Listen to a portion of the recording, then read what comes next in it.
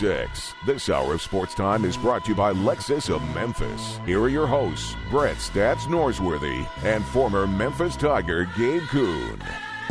Beautiful morning, you're the sun of my morning, babe. Happy Friday, February 25th, 2022. You're checking in to Sports Time on Sports 56 with Gabe and Stats, live from the Family Leisure Studios in Memphis, Tennessee. I am Gabe Kuhn, producing the program. Go Tigers 247 writer Bryant Dacus. Bryant, how are you? I'm good, Gabe. How are you? I'm doing well. And my partner does pre and post for the Ole Miss Football Radio Network, sitting right across from me, Brett Stats Norsworthy. Brett, how are you? Big man, I'm good. Good to see y'all. Good to see you, Bryant. The big winner last night in the Tiger bankroll. He's been cleaning up on us, hasn't he? Sure has. Right now, as we speak. Oh, what noise was that? A $160 lead. Boy, I wish we had a soundboard. Yeah, seriously. What was that? Is there any way we you need could to save replicate that? Yeah. Ooh. That was pretty good. On a that. take, too. That was pretty good, Bryant. Thank you. What's the scoreboard? I'm I got only no ahead scoreboard. 165 on you, Bryant. And I'm All down, right. 700? Here's the totals. Me, plus 1155. Bryant, 995. Let's go. Gabe Kuhn, 430. Oh, come on. You didn't do that to me. 430. I mean, it's 304, Hey, but you're at 430. Hey. Well, Tigers get the win last night in a substantial way. Sure did. Didn't look great at all times. In Grizzlies the first half, looked great in the second. Grizzlies, on the other hand, did not get the win. It's kind of tough. It's kind of tough coming out of the break against the Timberwolves. Timberwolves seem to have their number in a way. They've played 4 games this year. All the home teams have won every single game. And Ja sort of was hobbling there at the end. So it was a tough way to come out of the break. But the first hour of our show brought to you by Lexus of Memphis, and we have a lot to get to, including that. Alan Bell at 3:30 from CBS Sportsline on some wagering. 4 o'clock, Bruce Marshall joins us from the Gold Sheet as he normally does. 4:30, Drew Barrett on ESPN Arkansas. We're going to talk some Razorbacks and SEC. The Razorbacks over the tomorrow. Weekend got against Kentucky. I want to see what Bud Walton looks like. That's gonna be fun. Football weekend type hotel vacancy or lack thereof. I mean, they will be packed. I mean, hello to the 2-night minimum, and it's starting at $350 at every hotel in town. That Auburn game, that was a Tuesday. That was a right? Tuesday.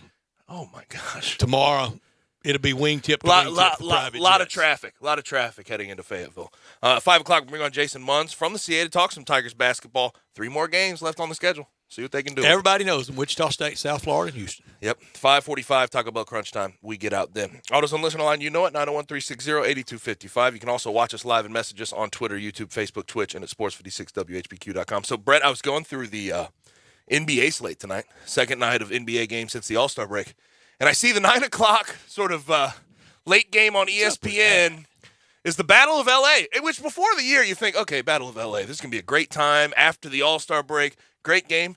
Does anyone give a damn about the Lakers-Clippers right now? Anybody? It's really it's meaningless and could even be less meaningful in a few weeks. And I know those plans were made on those two teams being really good coming out of the break. Well, here's the term the NFL uses: flex. Got to be more flexible. I agree, because Lakers without Anthony Davis, I don't know if he's ever going to get back. Clippers, their best scorers are Reggie Jackson and Marcus Morris. If we were the poo balls of the network, what would we flex into that tonight? What would we flex? We'd flex Dallas and Utah. Absolutely, That's 100%. easy. Kind of out there, simple. left coast time. Simple, very simple. I don't know how. I don't know how both of these teams have floundered the way they have. Obviously, one injuries under 500 and for the else. Clips, 4 under 500 for the Lakers. Lakers aren't finishing at 500. Are they? I mean, they're at nine spot right now. Clippers are in the 8th spot in the West. Play in. I don't have confidence that the Lakers can even get that done. I just don't see it. Man, that's a lot of money. I watched it and Disney right to have ahead that of game. them, and right ahead of them, the Timberwolves. I saw Timberwolves play last night. Timberwolves have enough to go beat those teams in their strength right now with what they have, right? Because Lakers without Anthony Davis again. The Clippers have been without Paul George and Kawhi Leonard the entire year, basically. So I saw that on ESPN tonight. And earlier in the season, would have thought that would have been one of the biggest games, regular season games of the year. But it's not. But it ain't. But what team really wants to pedal to the metal and go for it? Does San Antonio? Do they want to? New Orleans. I mean, who's going to keep both the Clippers and the Lakers out? Okay, Portland snagged one of those spots. We got another one open. In Portland, they've done good with this lineup they have, but we're talking about C.J. Ellaby and the stuff. Their best player, Yusuf Nurkic, in there. Their best guard is Anthony Simons, which I'm a fan of. I'm a fan of Anthony Simons. But it's a young team that they're completely unproven at this moment. They got smacked by the Warriors last night, by the way. You said T-Wolves, Grizzlies. It's been a hometown sweep for both this year, 2 for Minnesota and Minneapolis, 2 for the Grizzlies at FedEx Forum. It's going to be the same thing in the playoffs. Mm-hmm. If they meet, the Grizzlies would win games 1 and 2, probably would drop at least 1, if not 2, up there at playoff time. Game 5, swing back here.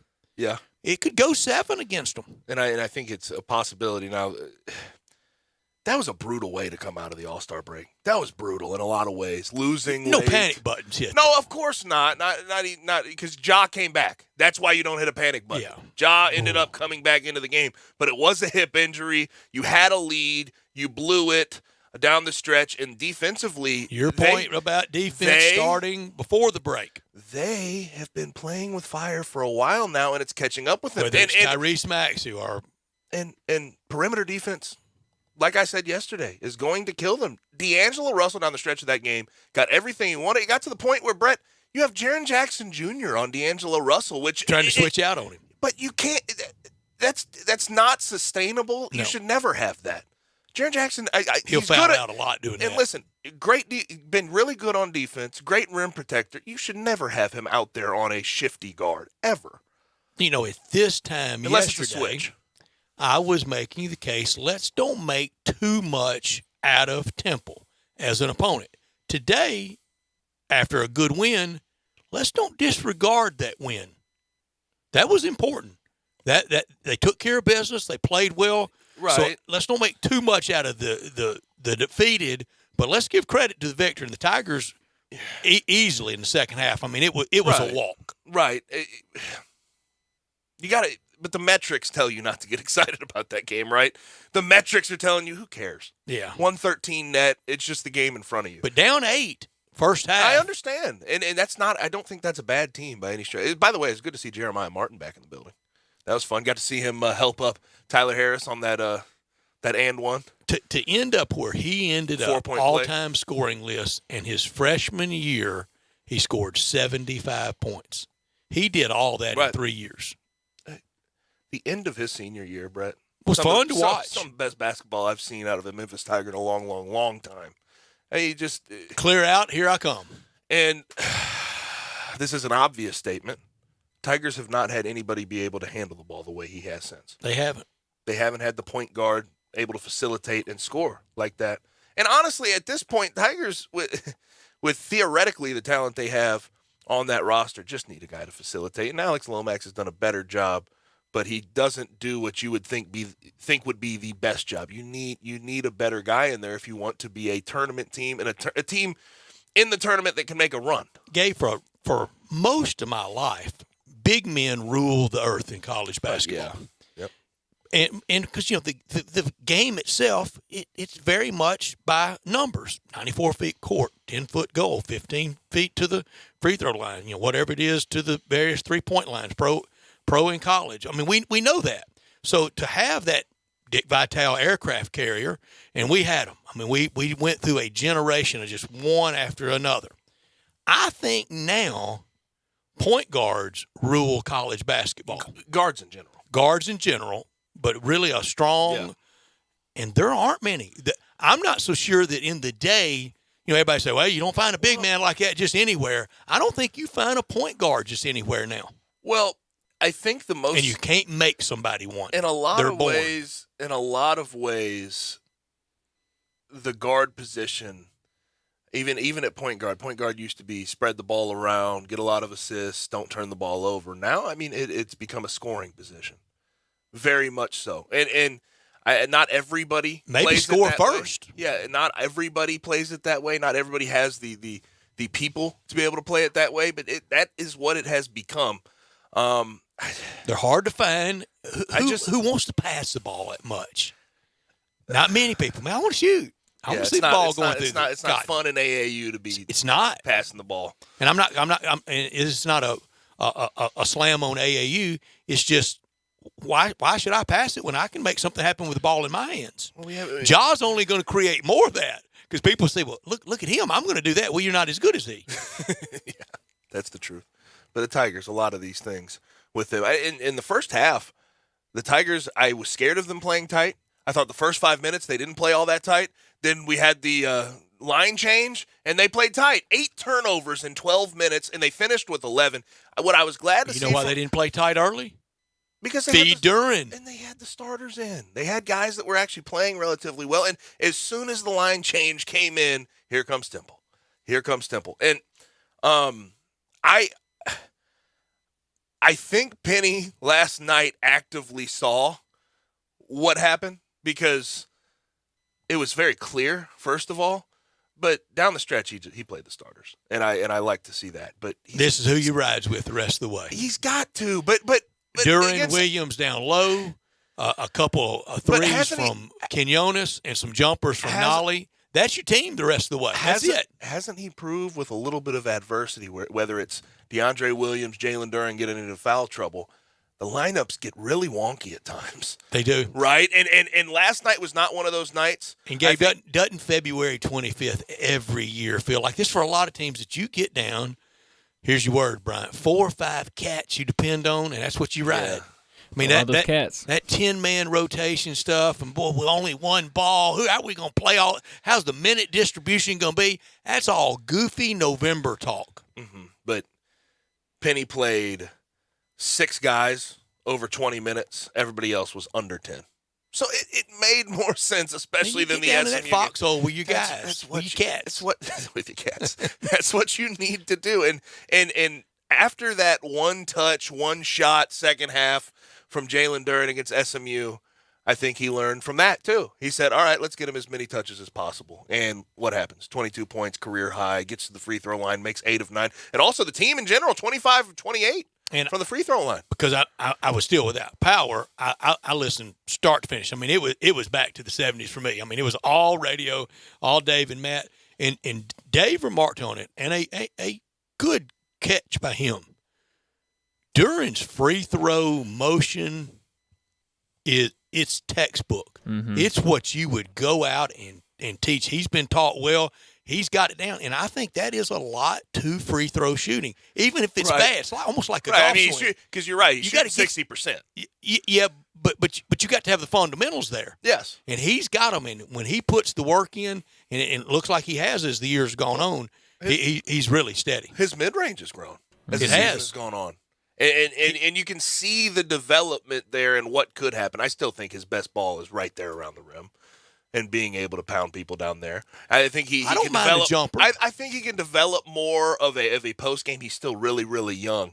But you're right. I mean, his he's not fundamentals. Here next year. You know that. Yes, don't you? yes. His fundamentals on his jumper seem to be that of somebody you could see developing it. The mocks that I look at, I've seen him as early as 10 and no later than 20. I mean, he's going to be drafted first round.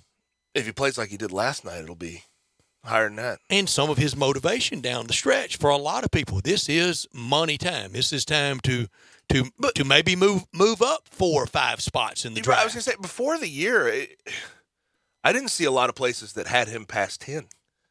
I said mostly top 10 for him before the year. Yeah. It's dropped pretty substantially, but if he November, December was brutal. If they feed him and give him his touches, if they give him his touches down the stretch, if they somehow make the tournament and then he has a good tournament, that could all change. This hour of our show brought to you every day by the good people at Lexus of Memphis, the one and only Lexus dealership in town. They are at 2600 Ridgeway, and they're online at lexusofmemphis.com. Give them a call at 901-362-8833. Great offers on all 2022 models and always special leasing options. Drive in luxury and confidence knowing that every new Lexus comes with complimentary first and second maintenance services. Stop by today at Lexus of Memphis or tomorrow over the weekend at 2600 Ridgeway and put yourself in the driver's seat of the all-new 2022 flagship LS500.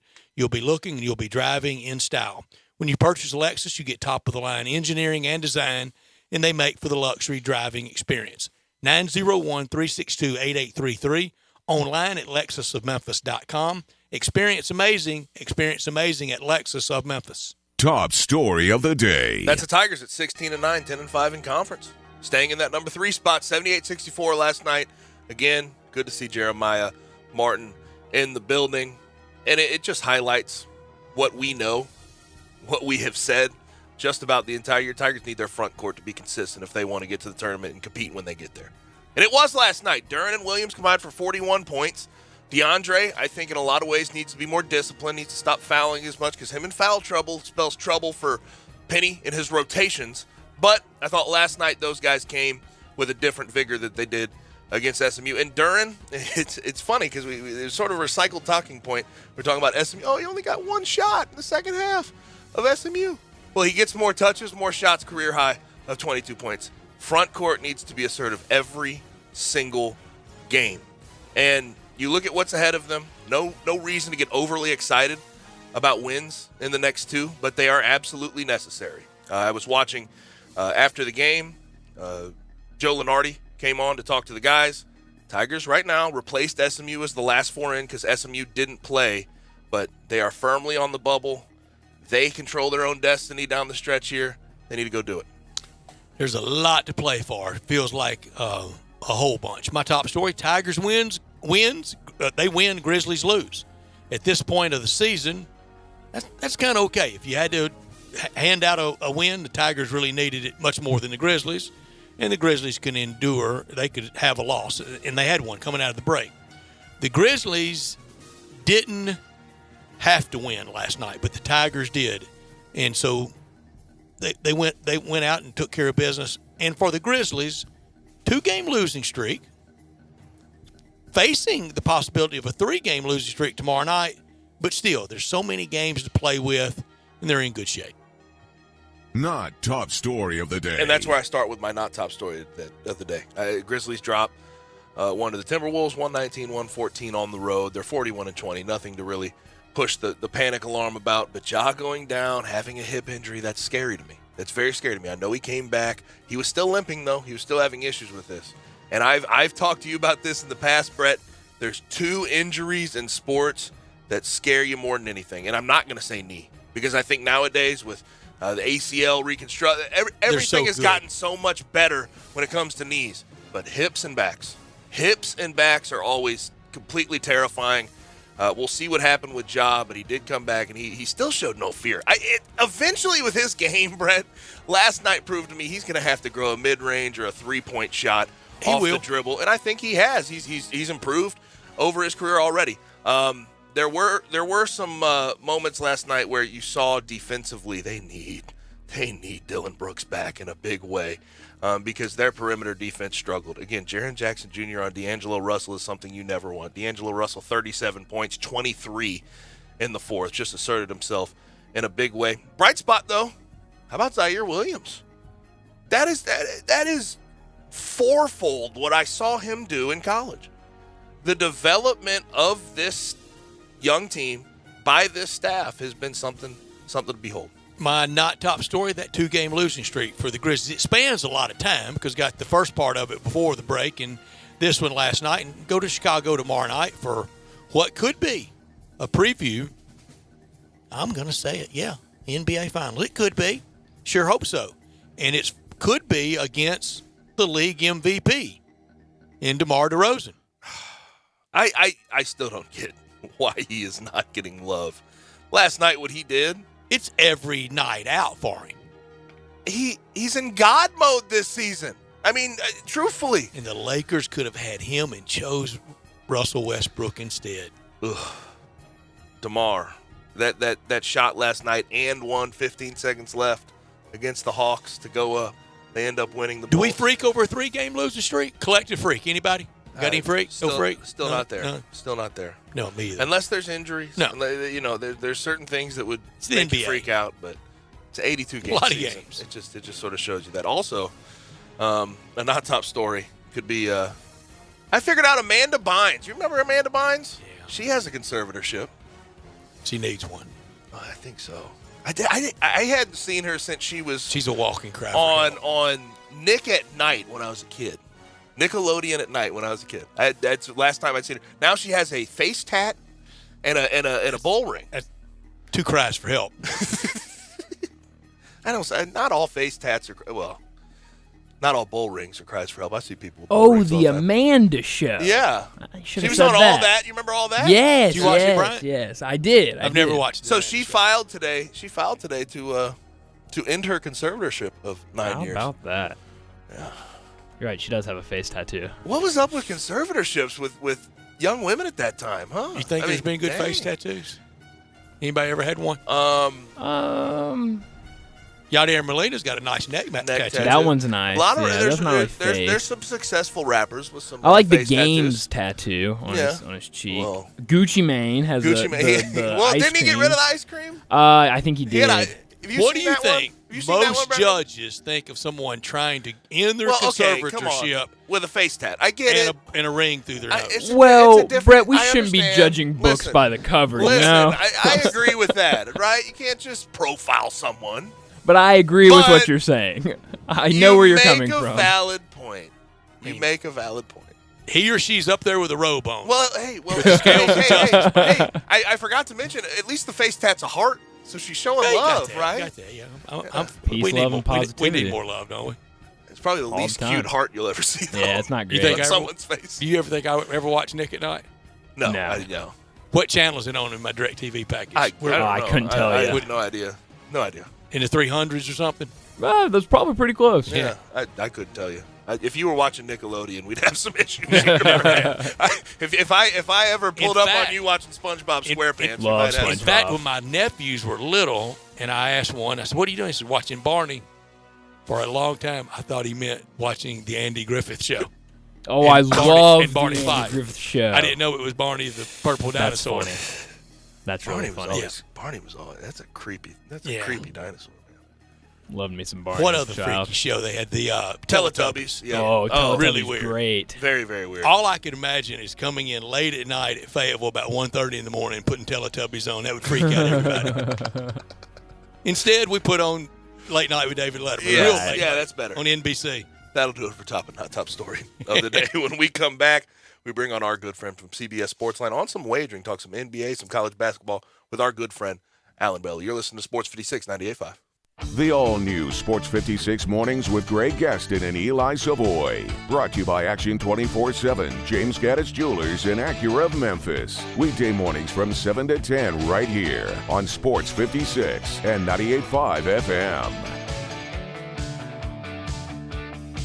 So here's what car buyers are facing right now. Most dealerships have little to choose from or maybe some selection, but nothing to get excited about. Not at Auto Universe Germantown. I'm looking at beautiful top-of-the-line late-model cars and SUVs right here on Winchester off 385. Auto Universe Germantown has more luxury vehicles than I've seen in one place in a long time. Lexus, Infiniti, Audi, Jeep. Looks like every brand. How about Mercedes, Nissan, Honda, Chevy, Toyota? Affordable luxury. No haggle pricing. Come on by, ask for Zach. He'll take care of you. There's no wait time for service appointments either right here at Auto Universe Germantown. Call Robert at 901-751-7300 and get in now. Brakes, transmission, tire rotation, battery checks. Top technicians for all makes and models. Even collision repair. Everything you want in one place. 7300 Winchester, just off 385. You're going to love Auto Universe Germantown. Ask for Zach and tell him you heard about him on Sports 56. Finest pre-owned luxury vehicles made affordable. That's eautouniverse.com.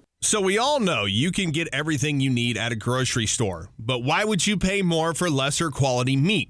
At Louis Deli and Meat Market in Arlington, you're not only going to see the quality in their meats, but you will literally taste the quality in every single bite. Plus, more than likely, pay less. And that's really important nowadays. Got to get together? Fire up that grill with their handmade garlic sausages or jalapeno and cheddar bratwurst. Or how about a hand-cut bacon wrap filet or top sirloin? The absolute best. Or if you want to know how to improve your outdoor grilling, pick up some of Louis' fresh ground beef or maybe their hand-cut ribeye or New York strip. Louis has literally everything for your grill, from barbecue rubs, sauces, charcoal, and so much more. And Louis Deli and Meat Market only carries the finest deli meats and 19 cheeses. And I guarantee you they make the best deli sandwiches in the area. So visit Louis Deli and Meat Market, located in Arlington at 11695 Highway 70, just fourth of a mile east of Highway 385.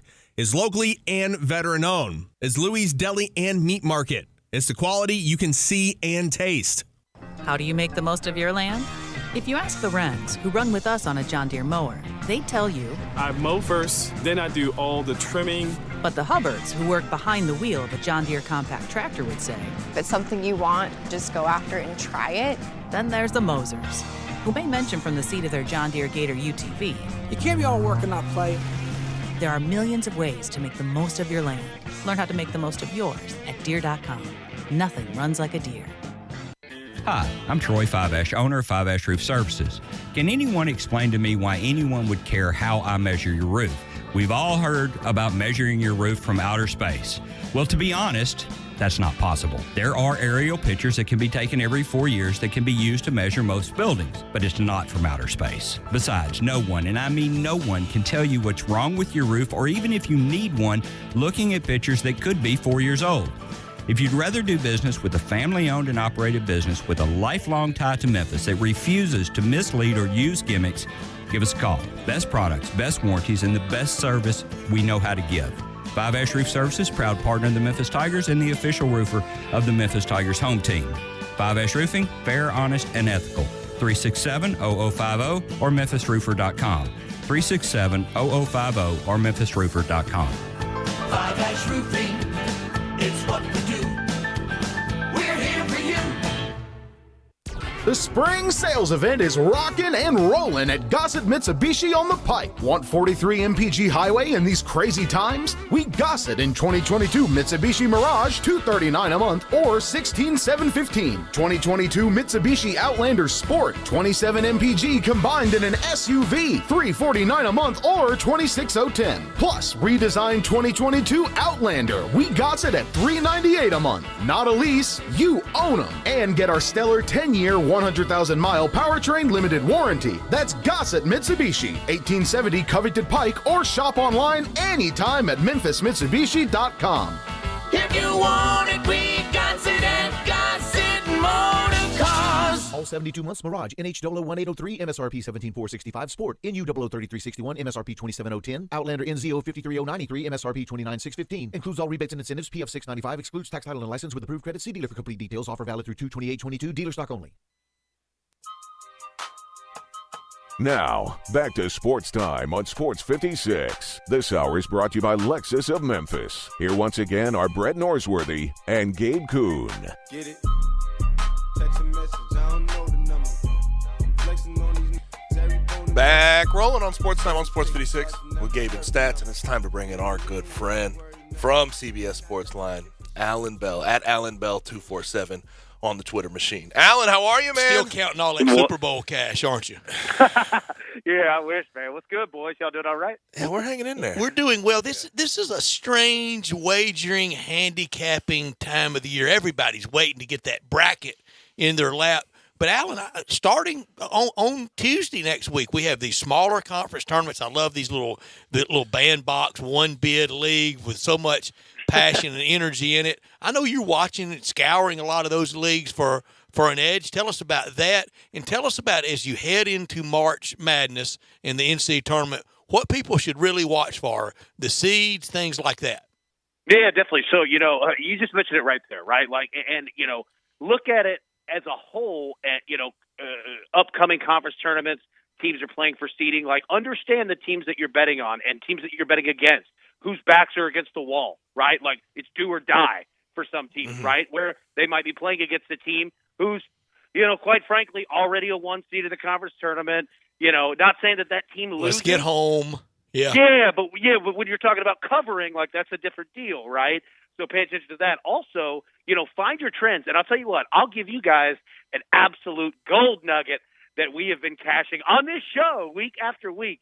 All right, little Detroit Mercy, okay? Oh, yeah. They are 100% against the spread at home. Cashed again for us last night. They were underdogs, won outright. They're at home Saturday, so just saying, pay attention. We don't have the lines yet, so I can't tell you what to take. But just keep that one right. Jot that one down.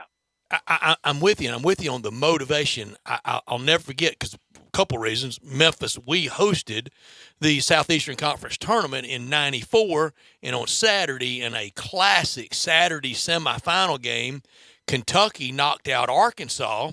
And post-game, I asked Coach Nolan Richardson, I said, tough loss. He went, it's not a tough loss at all. He said, I get to get my guys back home tonight. We'll be out. I'll have them all out with me and Rose tomorrow. We'll watch Selection Sunday. And we can start working on winning this thing. And they did. I mean, he didn't care about it. I mean, he wanted to win. He'd want to win in ping pong, but he wasn't going to let it ruin his night. Yeah, absolutely. That's first off, that's just an awesome story. But second, I love that aspect, right? Like that mindset, because you're gonna have coaches, and again, like you said it, not that Nolan Richardson and Arkansas were going out looking to lose, but it wasn't the end of the world either, right? Like, let's get home, let's rest. We've got bigger things to do than win this tournament. Who cares? Let them have it. We'll win the bigger one. And that could come up with Murray State. You look today, and Murray State is up to 22 in the net. Now, their seed line's not going to translate to 22 in the net, but how motivated will they be at the OVC? And also knowing we get a second OVC team in here, we get a little piece of that pie. Yeah, absolutely. I'll tell you what, here's how motivated they are. Just saw them. Yesterday, the day before, beat Belmont by about 100 points. Sure did. And Belmont's good a good basketball team. Yeah, it's good basketball. They're always a well-coached, good fundamental basketball team. So, yeah, like Murray State, like that they're a solid squad. I love that. Like, I love every year when March Madness gets here. Like, it's kind of the same schools, you know what I mean, that are like, you don't want to go up against them. You know what I mean? Right. Like, and they're definitely in that category where you're like, oh man, we're just gonna have a rock fight. Gonzaga was that for a long time, and now they're one of the big boys. Absolutely, yeah, absolutely. Like I love that because the NCAA tournament is different every year, but it feels the same in a good way every year too. Like it's nostalgic. I get glad this time of year that I don't have to deal with away teams because road college basketball is always the toughest thing to deal with. Especially right now. Everybody's got a book on each other. Everybody knows the tendencies. Alan, I know we're never really going to. You can't speak in certainties right now because we don't know exactly what the other seeds are, who else is in the corners of the bracket, so to speak. But what teams on face value are you riding for the NCAA tournament? That's a good question, right? Because you look, and there are a lot of really good basketball teams, but there are also there's a lot of parity out here, right? Like there's a lot of teams that can, get upset. Like you look at the odds, right? Like Gonzaga, they're a favorite. Kentucky's a favorite. Arizona, Auburn, even teams like Purdue, Duke, Kansas, like you've got all those guys up there, right? Texas Tech, like watch out for them. Like they are going to prison fight you, and I mean that in a good way. Like you're 42-41. You hit it. Yeah, like they're going to fight you, man. Like you have to earn every bit of that one, right? So you've got teams like that. You've got teams like Villanova, who are well coached always. Teams like Texas who can, go on a 3-4 game streak, and put some teams out. Great coach. So, yeah, absolutely, right? So, yeah, like that's what makes it so much fun. Like, we've got our favorites there, but, like, a team like Texas Tech, like, that's who my eye is on because you could get good odds right now, and they'll go toe-to-toe with anybody. Yeah, and the one I've been banging that drum really hard for about 5 weeks at this point, so I'm glad you said that. And the one thing I point Gabe's to this time of year, that horse at Texas Tech. The one thing I point to this time of year, Alan, is experience. Who's been there? Who's done that before? How many years do they have under their belt? Yep, no, absolutely, right, and especially in that sport, right, to where you got a lot of teams who don't have, experience at all.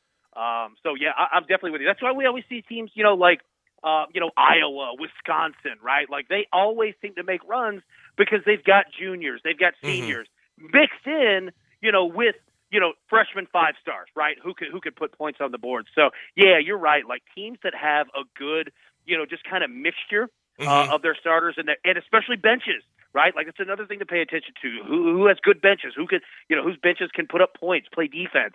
That absolutely matters too. Tomorrow, Arkansas underdog at home to Kentucky. Kentucky with some injuries, any leans, any factors there our listeners should know about? Well, I'll tell you this. I mean, nothing new that you guys don't already know. Arkansas is phenomenal. Especially there. But they'd win it all if the tournament was played at Bud Walton Arena. I'm telling you, Bud Walton gets rocking. But, man, this Kentucky team, they've got injuries and they've got star players that haven't played in back-to-back games. And you know what they keep doing? They keep winning, right? That was a quiet win against LSU, and LSU's a good basketball team, right? Kentucky covers against Alabama. Alabama's a pretty decent basketball team, So Kentucky, they're banged up right now, but they're not going to be. And it's tough to bet against them, man. It's tough to fake Kentucky. If the SEC has a team win it all, I think it's Kentucky over UT or Auburn. I don't get the Tennessee net and love by the bracketologists right now. Yeah, I mean Tennessee, they're a good solid team, right? That's it. I always are. Yeah, you know what you're going to get with a Rick Barnes team, right? They'll show up, play good defense, and battle you, for 40 minutes, whatever, right? But do they have the scoring? Not really. Do they have, Virginia type defense? Not really. Once they go up against a team, like an Auburn, like a Kentucky, right? Well, teams are just better. And again, it's nothing against Tennessee, but I think that there's a ceiling there for sure. So based on what you're saying, their game against Auburn, I think you would probably lean Auburn. But I saw that team last time at home against Kentucky. They had John Fulkerson dragging Oscar Tshiebwe out to the three-point line and abusing him. Do you think that Tennessee could sort of stick in there and at least cover, maybe win that game against Auburn? Well, I'll give you a stat right here. All right, Tennessee this season, when they are a 3-point favorite or fewer, they're 100% against the spread. They win tight games. They do.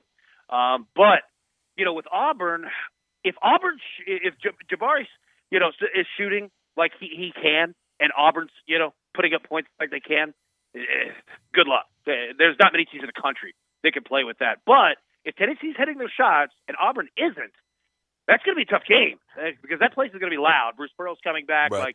It's going to be a loud one. But if Auburn is at the top of their game, which they're not playing like it right now, but that can turn in a hurry. If they are, they'll put it on Tennessee because they would put it on almost anybody. Alan, we know in the college sports world, in the SEC world, we know there are a lot of what ifs. What if Bobby Petrino doesn't have his fall at Arkansas? What if Hugh Freeze doesn't have his fall at Ole Miss? What if what if Bruce Pearl stays at Tennessee? What would he have built?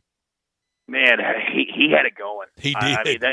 He really did. And what's crazy to think about, go back to, what was that, 2009? Tennessee had Bruce Pearl and Lane Kiffin and Ed Orgeron. You had all three of those dudes on campus, right? It felt like, okay, Tennessee's kind of doing something here. And then a year and a half later, everyone's gone, right? So it was craziness. But, man, Bruce Pearl had it going, man. And Bruce Pearl is he's a fun coach because you're going to be well coached. You're going to have fun. He's going to scream at you too, but you're probably going to be pretty good if you just listen to him. His teams tend to win. Yeah. Yep, there's no question about it. What was the word I used for him earlier in the year, Brett? What was that word? He's put up with a lot of adversity in his career, but resilient. I called him resilient. That's the word. There's no question. I mean, what he's had to put up with. He's got a career. Yeah, he really is fortunate. It's hilarious. I mean, that's a perfect word for him. Absolutely. Mm-hmm. Now, elsewhere, Big 12 basketball, it's always interesting to me. Kansas, Baylor at home versus Kansas. And home, I mean, I always lean home team when it comes to this. But I think Kansas, I placed a bet yesterday on Kansas winning it all this year because I think their guard play is pretty fantastic. What do you think about that one? Yeah, completely agree. Kansas, they're a good team. They're well coached. And that's nothing against Baylor. They're the exact same, right? But I'm with you, man. Kansas, they don't get enough credit. And we just talked about their odds, them being, pretty well high, up there in terms of winning it all. But, man, Kansas can put it on you because they can limit you to points in the 60s while they put up 98, right? They could go both sides, and they could do it deep too. So I'm with you, man. It's going to be a hell of a game. I can't wait to watch it. But yeah, that's another team. It's very, very difficult to fade Kansas because they're just playing excellent basketball right now. NBA trends, leans, anything for the weekend? Well, we don't really know, right? We saw, the first, night after the All-Star break. Back to action. action. Yeah, I think favorites went 4-2 against the spread. So we'll see tonight. Take a look at the Warriors, man. Like they picked up right off. Like they're ready to Blasted go. Portland. I gave Portland a chance. They never win the game. I know, and I feel bad for whoever the Grizzlies are playing next because Memphis is probably going to put it all Bulls in downtown Chicago tomorrow night. Oh, that'll be a good one. That'll be a great one. They're playing good basketball too. So no big trends yet. We'll find out more after this weekend. Speaking of the Bulls, my man DeMar DeRozan needs more love. He needs more love in that MVP market. I know that you're talking about some big men, Jokic, Embiid, that are fantastic. If you're cherry-picking player props, he's one to ride. He's a double-double machine. Yeah, he's just a machine, man. Like, he's unbelievable. I agree with you. Alan, appreciate it, man. Thanks for joining us. Have a great weekend, Alan. Hey, y'all too. Appreciate it, boys. You can follow him on Twitter, at AlanBell247. You can find all of his work at CBS Sportsline. You look surprised when I said that I placed my bet on Kansas to win the national championship this year. To win it all, because it's only worked out for Self, unfortunately. It's a good team. It's a good team he has. It's a really, I think, a complete starting five. Got the big men to get it done, and I think his guard play with Agbaji and Brown is about as good as it gets. They always find somewhere to stumble, though. Yeah, but only that's one true. team can win it. I mean, That's I true. know that, but I've been the bad luck mark for Kansas a bunch of times. I've been out at NCAA tournaments a lot of times when they've been knocked out. And also, there's also the thought of like Gonzaga. I think Gonzaga. You look at what they've done this year, what they've put together. Covered last night. Probably best team against San Francisco. Best looking team in college basketball. And Chet Holmgren, my gosh, he's coming together. He has really down the stretch of the season come into his own. Where's he going? Top 3 pick. Yeah. Oh yeah. But the problem with Gonzaga, they've never ever won it. Never. I think this is the year. I do too. I'll say it. They've got really good guards right now. We'll see. Right now. Not.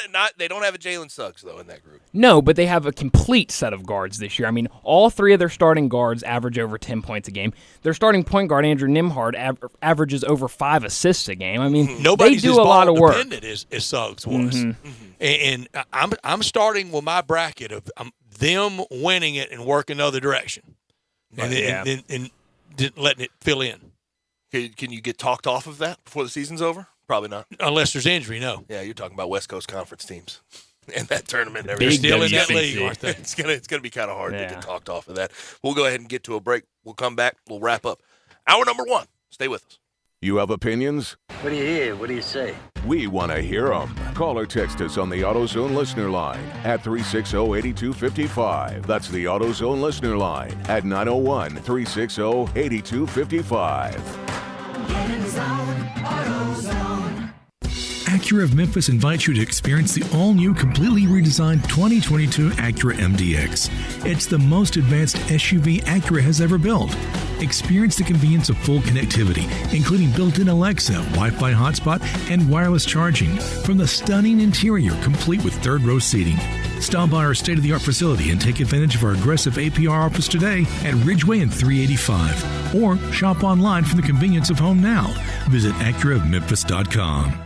Simple, smooth, and every sip as easy as the last. Tito's handmade vodka tastes just as good with tap water as it does with your favorite mixer.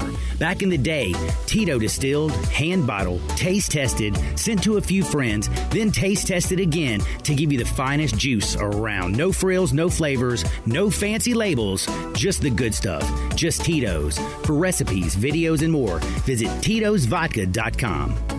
Distilled and bottled in Austin, Texas, 40% alcohol by volume, namely 80 proof, crafted to be savored responsibly. Belly Acres' motto is City-Fied Farm Fresh. The goal is simple: provide a fun, unique farm-to-table experience for the whole family. 2 great locations, Regalia at 6130 Poplar and in Overton Square at 2102 Trimble Place. Overton Square hours Sunday through Thursday, 11A to 9P. Friday and Saturday, 11A to 10P. Regalia, Sunday through Thursday, 10:30 a.m. to 9 p.m. and Friday and Saturday, 10:30 a.m. to 11 p.m. Signature burgers are made from 100% grass-fed beef. Sandwiches, salads, and the best milkshakes anywhere. The burgers, so good, like the Dare Ya or the Double Dare Ya. and the melt in your mouth. And you have to try the Voodoo Moo Moo. It is the quality brand the Belly Acres team has developed using grass-fed beef with creative homemade toppings in a fun farm setting right here in the city. The goal at Belly Acres, to become even more sustainable as they grow. In Overton Square and in Regalia, the very best quality available in Memphis, burger shakes and smiles at Belly Acres. Drivers who switch and save with Progressive save over $700 on average, and those savings add up. Imagine what you could buy in the future. So I used the savings from switching to Progressive 30 years ago to buy tickets to the championship game. You know, between those two teams that didn't exist 30 years ago. Yeah, I'm a big Alaska Palm Trees fan. Which is a team now? In the future? So switch to Progressive and save big, because those savings can add up in the future.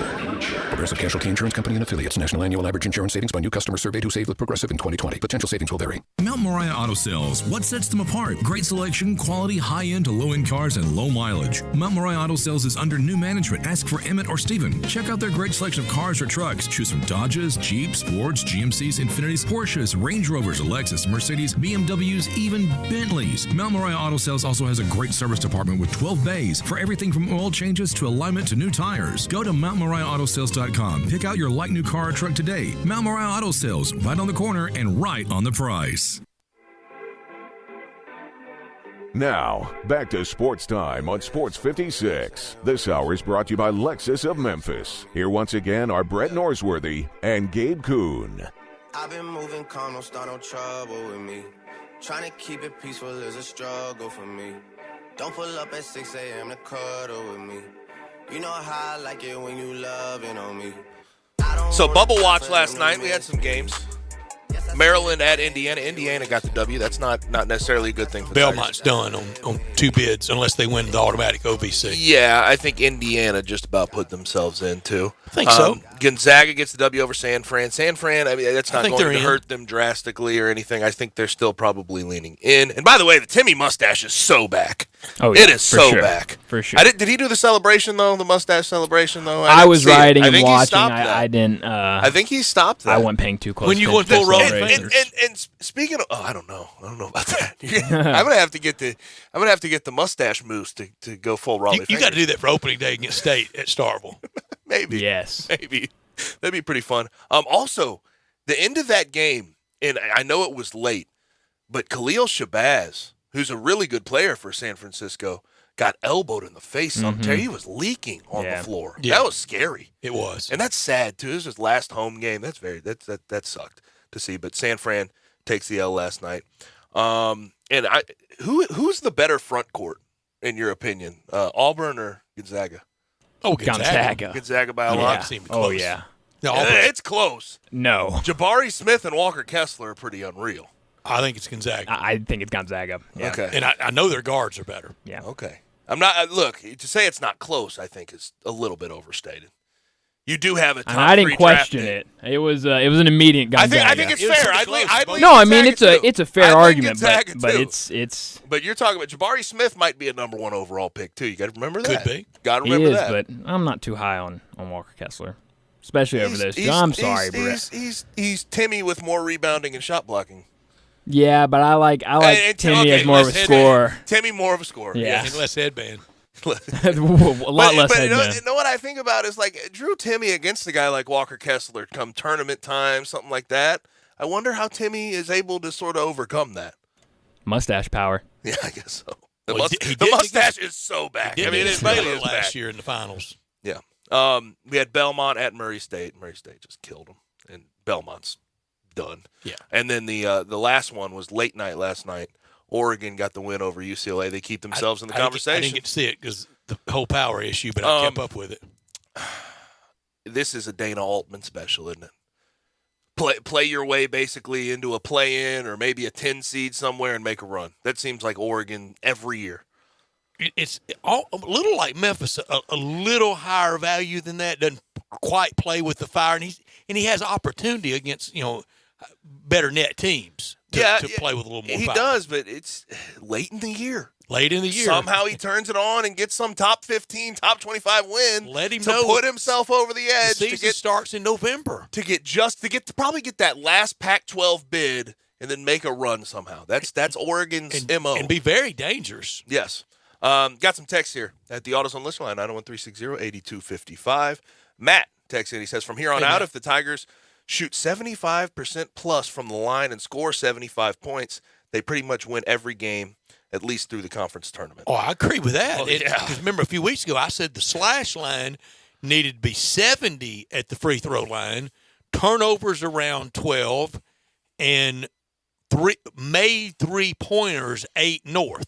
Well, so if you went, again, 70% free throw line, turnovers 12 or less, made threes 8 or more, they're going to win a lot of games. But can they do that? Can you have that slash? And 75 points, the way they've played defense. But last and they stretch. is right. Last night's free throw line, it was automatic.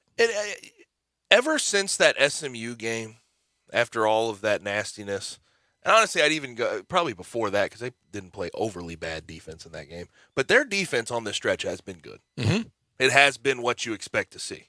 And last night, Damian Dunn, who you would expect to go off because the Tigers have sort of let other teams' best players go off, they held him down. He didn't do anything last night. 4 points, 1 for 7 shooting. I'm going to make the statement. Y'all tell me fair or unfair. And I don't necessarily agree with the statement. I'm just going to make the statement. Y'all tell me fair or unfair.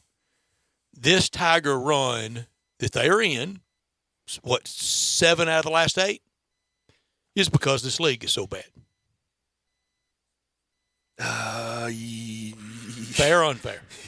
I still think with some of their the way they have played at times. Heck yes, hell no. The way it's in there somewhere. The way they've played at times, they could have lost a couple of those games in that stretch of 6 wins.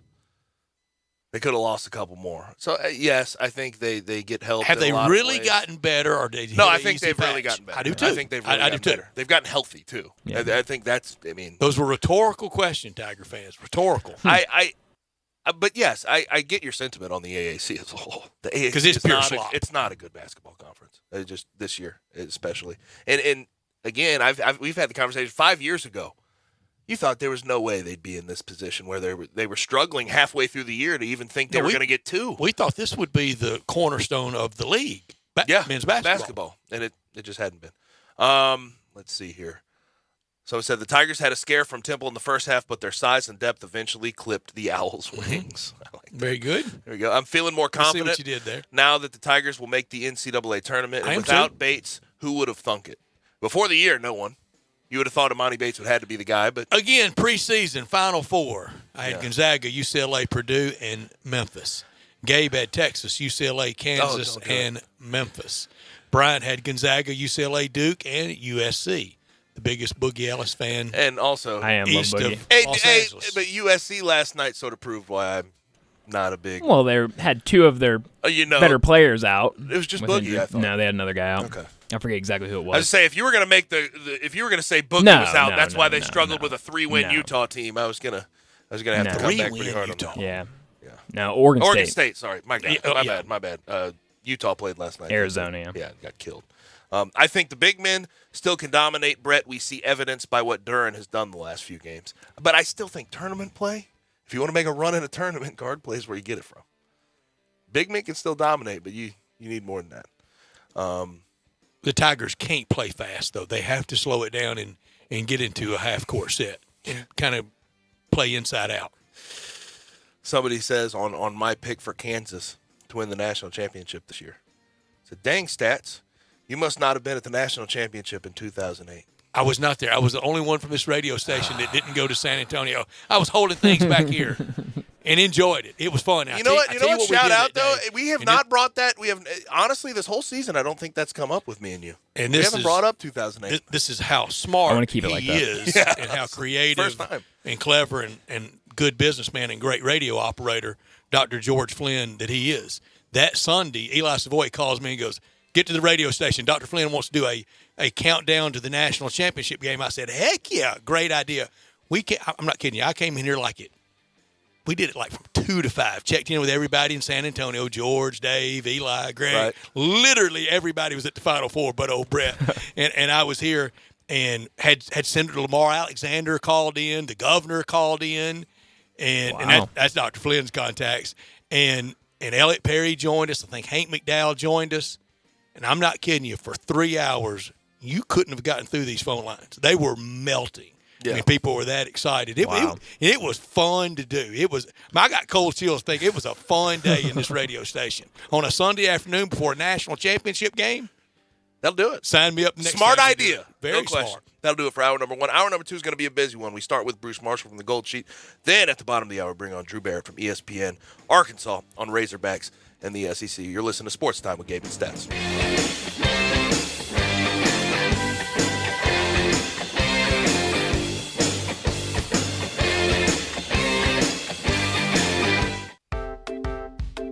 The Family Leisure family is growing, and they want you to help them grow even more. Family Leisure is now hiring for multiple positions. They're looking for self-motivated, goal-oriented people to come and join their family. Some of the positions include sales for swimming pools, hot tubs, and patio furniture. There's sales and associates for chemicals. Parts and service department associates are needed. Service technicians, you got to have a valid driver's license, and cashiers are needed too. Family Leisure is also looking to add to their installation crews for building above-ground pools. Send your resume to Family Leisure now, 2120 Whitten Road, Memphis, Tennessee, 38133, or email memphis@familyleisure.com. You can also call 901-371-9090. So come and join the family at Family Leisure, Whitten Road at I-40, where family and fun and you all come together. Hey, Mid-South, get ready to ride at Gossett Chrysler Jeep Dodge Ram Fiat on the Pike with the President's Day sales event. You want 2021 Jeep Renegade Latitude? We Gossett $359 a month. How about the Muscle Masterpiece 2021 Dodge Challenger GT? Only $529 a month. And Ram 1500 Express Quad Cab 4x2 returns for 2022, and we Gossett at $559 a month. Come see us trade up, and we'll give you more for your ride at Gossett Chrysler Jeep Dodge Ram Fiat. So drive past the rest and come for our best, or shop online anytime at GossettMotorCars.net. If you want it, we Gossett at Gossett Motorcars. All 75 at 3.99, 3,500 down. Must finance through Chrysler. Chrysler Capital Bonus Cash 500. Renegade MPN 27183. MSRP 28.5. Challenger MH 665256. MSRP 37,475. Ram NS 148 241. MSRP 38,930. Includes all rebates and incentives. PF 695. Excludes tax, title, and license with approved credit. See dealer for complete details. Offer valid through 2/28/22. Dealer stock only. You want a silencer for your gun or rifle, but don't want to have to wait a year to get approved? With Tactical Guns and Gear in Collierville, the electronic filing takes only about 90 days for approval. They do it all in one place with their state-of-the-art fingerprinting kiosk. And if you've never seen a silencer, they have over 100 in stock. So go buy Tactical Guns and Gear in Collierville and get started on protecting your hearing with a silencer today. It also can help you reduce recoil and improve accuracy. Tell them Eli sent you. Have you wanted to speak a new language but thought it'd be too difficult or take too much time? Then try Babbel. Whether you want to learn Spanish for future travel plans, French to connect with extended family, or maybe German to land a new job, Babbel works because it's built around real life. It teaches you everyday practical conversations that you'll actually use. All you need is 15 minutes a day, and you'll be on your way to confidently speaking a new language in just a few weeks. Babbel is designed by real language experts using a modern, conversation-based technique that makes learning fun, engaging, and best of all, memorable. It starts by teaching you words and phrases. Then sentences gradually get more complex. Soon you're practicing short conversations about real-life topics. And with 14 languages to choose from and lesson topics like travel, business, relationships, and more, you'll be sure to learn what matters most to you. Babbel. Language for life. Learn a new language with ease. Go to Babbel.com to try for free. That's Babbel.com. Babbel.com.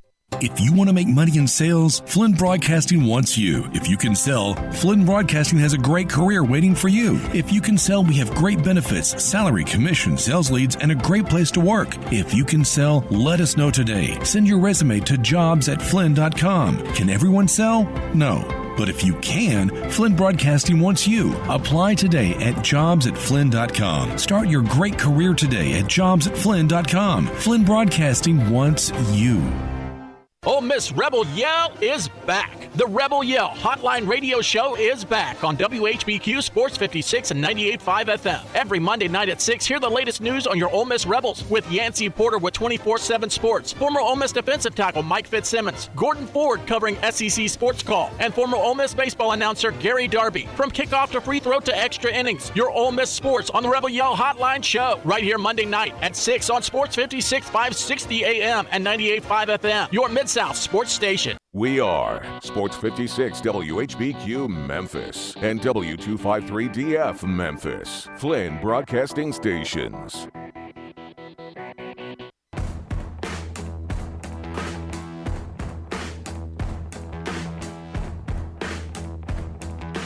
Now, back to Sports Time on Sports 56. Here once again are Brett Norsworthy and Gabe Kuhn. Hour 2 is upon us on this Friday on Sports Time on Sports 56 with Gabe and Stats. AutoZone listener line 901-360-8255. Send in your text there. Questions, comments, concerns about anything we have discussed today. A lot of college basketball, a lot of NBA, Grizzlies, Tigers, the whole 9 yards. You can also message us on our social, Sports 56 WHBQ, on Twitter, Facebook, YouTube, and Twitch. Without further ado, let's bring in our good friend from the Gold Sheet, Bruce Marshall. Bruce, how are you? Hey, Bruce. Hey, pretty good, Gabe. Good to hear from you, Bruce. And usually we talk to you, or a lot of times we talk to you from the real Sin City in Las Vegas. But today you're in the very sinful city of our nation's capital. Tanks rolling through the Ukraine. Any rolling through D.C.? Well, actually, I'm down in Orlando because that's where I'm down in CPAC. So I thought you were going to Washington to it. I'm sorry, Bruce. Yeah, down in Florida. No tanks rolling through Orlando. Are you the guy on the Dos Equis commercial, most interesting man in the world? I'm convinced at this point. He's close. Well, that guy has more hair than me, so I can, if I have a. But no, down here, but it's so I got to find a quiet space down here, and so that's where I am, and I will be watching this stuff and college hoops from down here this weekend. Good deal, Bruce. We had a guest earlier, and I said we're at that time at post Super Bowl, before the NCAA tournament, but still a lot of games to decide seeding. Everybody's playing for something this time of year. You're playing for in or out or bubble or a conference seed line, and eventually NCAA tournament line. I know you've started putting together your bracket at the Gold Sheet. What are your 4 number 1 national seeds right now? Well, I think right now you'd go Gonzaga, and you would go Arizona, Auburn, and probably Kansas, although that can all change a little bit. I don't think it's going to change with Gonzaga and Arizona. It might. Kansas has still got a big game with Baylor tomorrow. There's still some chances for Kansas to slip. Auburn's hanging in there, although another tough one on the SEC road tomorrow. We saw what happened to the Tigers last week against Florida, so anything can happen still. But those are the ones there. The SEC, though, if we could talk about it just real quick, kind of interesting here, and toward the cut line. I think it's pretty well defined the SEC teams are going to be in there. I think we got 6 for sure. Mississippi State's having a little bit of trouble right now. I'm telling you, Frank Martin is doing a really good job at South Carolina. Big game tomorrow against Alabama. You watch this team sometimes, and they don't look all that flashy, but actually the collective is pretty good. He's got several guys, Cousinard, the transfer from Washington, Henderson. Several guys don't mind taking the big shot. I mean, they don't have a super, go-to scorer, but they got several guys. The collective ain't bad. A little bit of magic, that game against Ole Miss and Oxford, when they hit the half-court shot by Reese. Yep. You need a little bit of that, and they're making a run at the bubble. So I think that's kind of an interesting game tomorrow, and a nice win over Ben Howland's semi-disappointing Bulldogs the other night. In their last 3 games, they have Alabama, they have Mizzou, they have Auburn. You sweep that boosts that net. Today it's at 88. That works on that thing about 40, 45 points, and then you do a little work in Tampa, and South Carolina could be, if there's a 7th SEC team, they could be in that mix. But you mentioned the disappointment of Ben Howland. They're 52 net. The disappointment of Michael White at Florida, they're at 55 rather. They're at 55. Michael White and Ben Howland both back next year? White probably, Howland, I'm not sure. Howland could probably still land somewhere. There's going to be some jobs opening up. Maybe he'd want to move. I don't think it's quite ignited there in Starkville the way he thought it would. He's never won. He hasn't, and he's gotten his teams to a certain level, and they seem to hit their head in the ceiling. The ceiling seems to be a little bit lower. In Starkville, he's only gotten the Bulldogs to the dance once. You watch this team sometimes and you think, wow, they're really something. I mean, that game at Kentucky, they really played well. They ended up losing, but they've only won one SEC road game, and that was at Mizzou. And you watch them, and too often, I think, this was interesting the other night. I thought, Mississippi State, the ball is in Molinar's hands so much. He is really good. But, it's the offense sort of goes at his whim. And they haven't used the big North Carolina transfer as good as I thought they should. And like I said, the collective for South Carolina was just more impressive. So I just don't think the pieces are fitting for this team. And I'm wondering, he's running out of time down there. He could still land somewhere else because he's won enough in his career. But you're right, there does seem to be a ceiling that his teams are hitting. So if I put it this way, you got Auburn, Kentucky at the very top of the conference. I think everybody thinks they can make a Final Four, even national championship run in a lot of ways. Outside of them, who do you think is there that could make that Elite Eight Final Four run in the SEC? Arkansas and Alabama definitely could. But Alabama could go out in the first round too. Right. All this reliance on threes.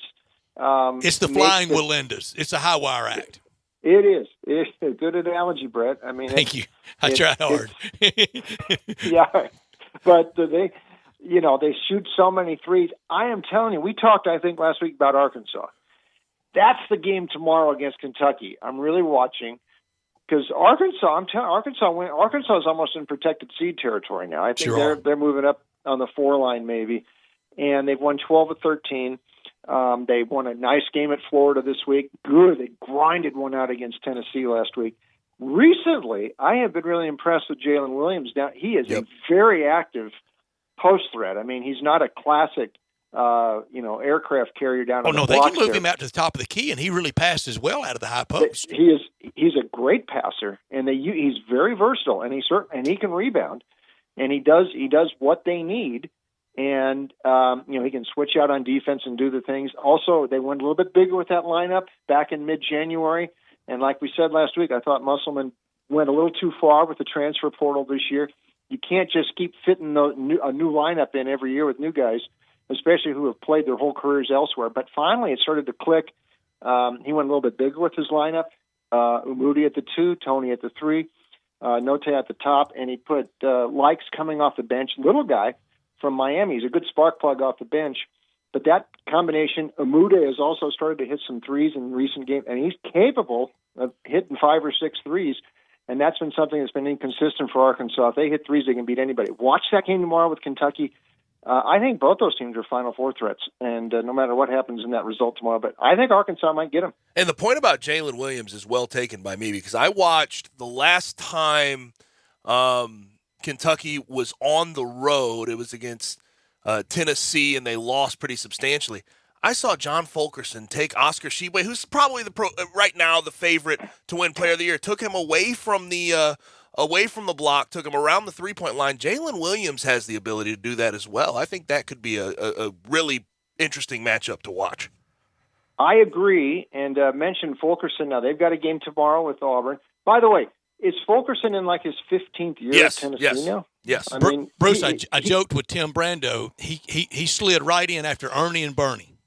Yes, he goes back to Ray Mears' days. And Stu Aberdeen recruited him. I said that to Tim Brando.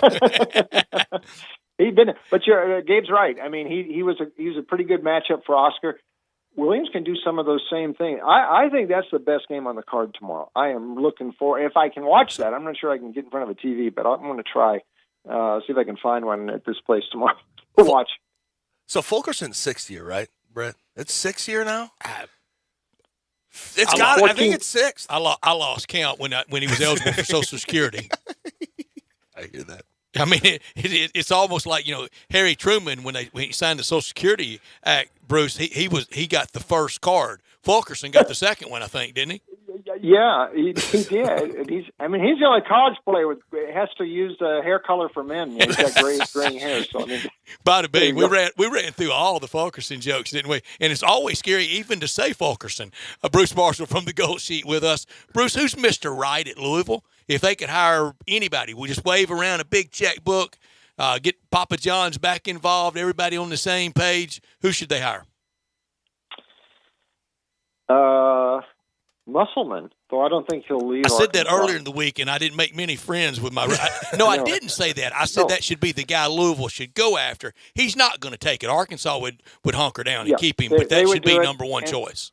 And I think Alabama would protect Nate Oates too. I mean, Louisville might throw a lot of money. I'd wave a lot of money at Oates. He's my second too. Bruce, we're on the same page on this. Yeah, the other one I'd watch is maybe Andy Enfield at SC. Though I think Enfield, Maryland's job is opening up. And Enfield has connections back there. I think he got his graduate degree there. And he might, this might be as far as he can get at SC this year. I think he's more likely maybe from Maryland.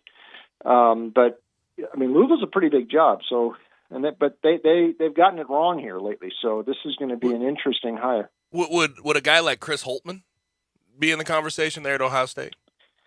He might. That's a possibility. So I would look at him. I mean, the interesting thing, I mean, some guys that would normally be considered for some of these jobs. Maryland maybe more than Louisville for a guy like Ed Cooley at Providence. Mm-hmm. I think he has done a fantastic job, but I think he likes Providence. He likes it up there. I don't think he's going to leave. One guy I think we ought to keep an eye on is Grant McCaslin at North Texas. Now, his team, they aren't that fun to watch. No, they're grinders. They're grinders, but man, they are tough.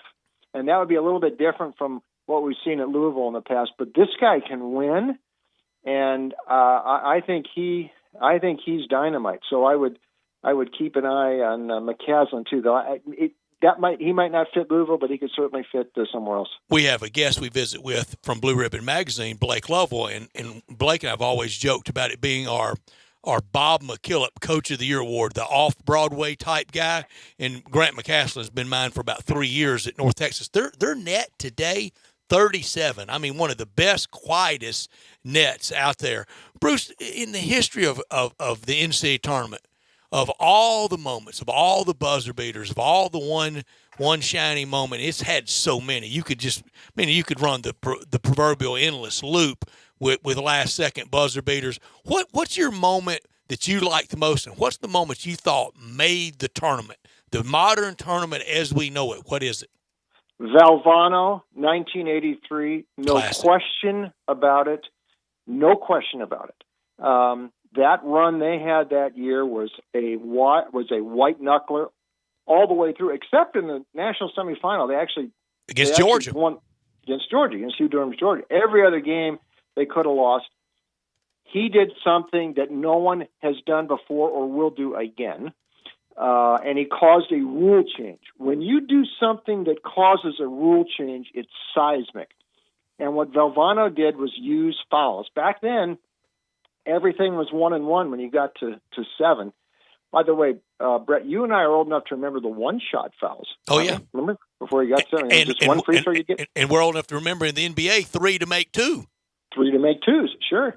But what Valvano did that year, and if he was tied, and he did this against Houston in the finale, he did this against Virginia, he did this against UNLV, and he would foul tied and dare the other team to make 2, because he wanted the last shot, because he had those guys Wittenberg and Lowe.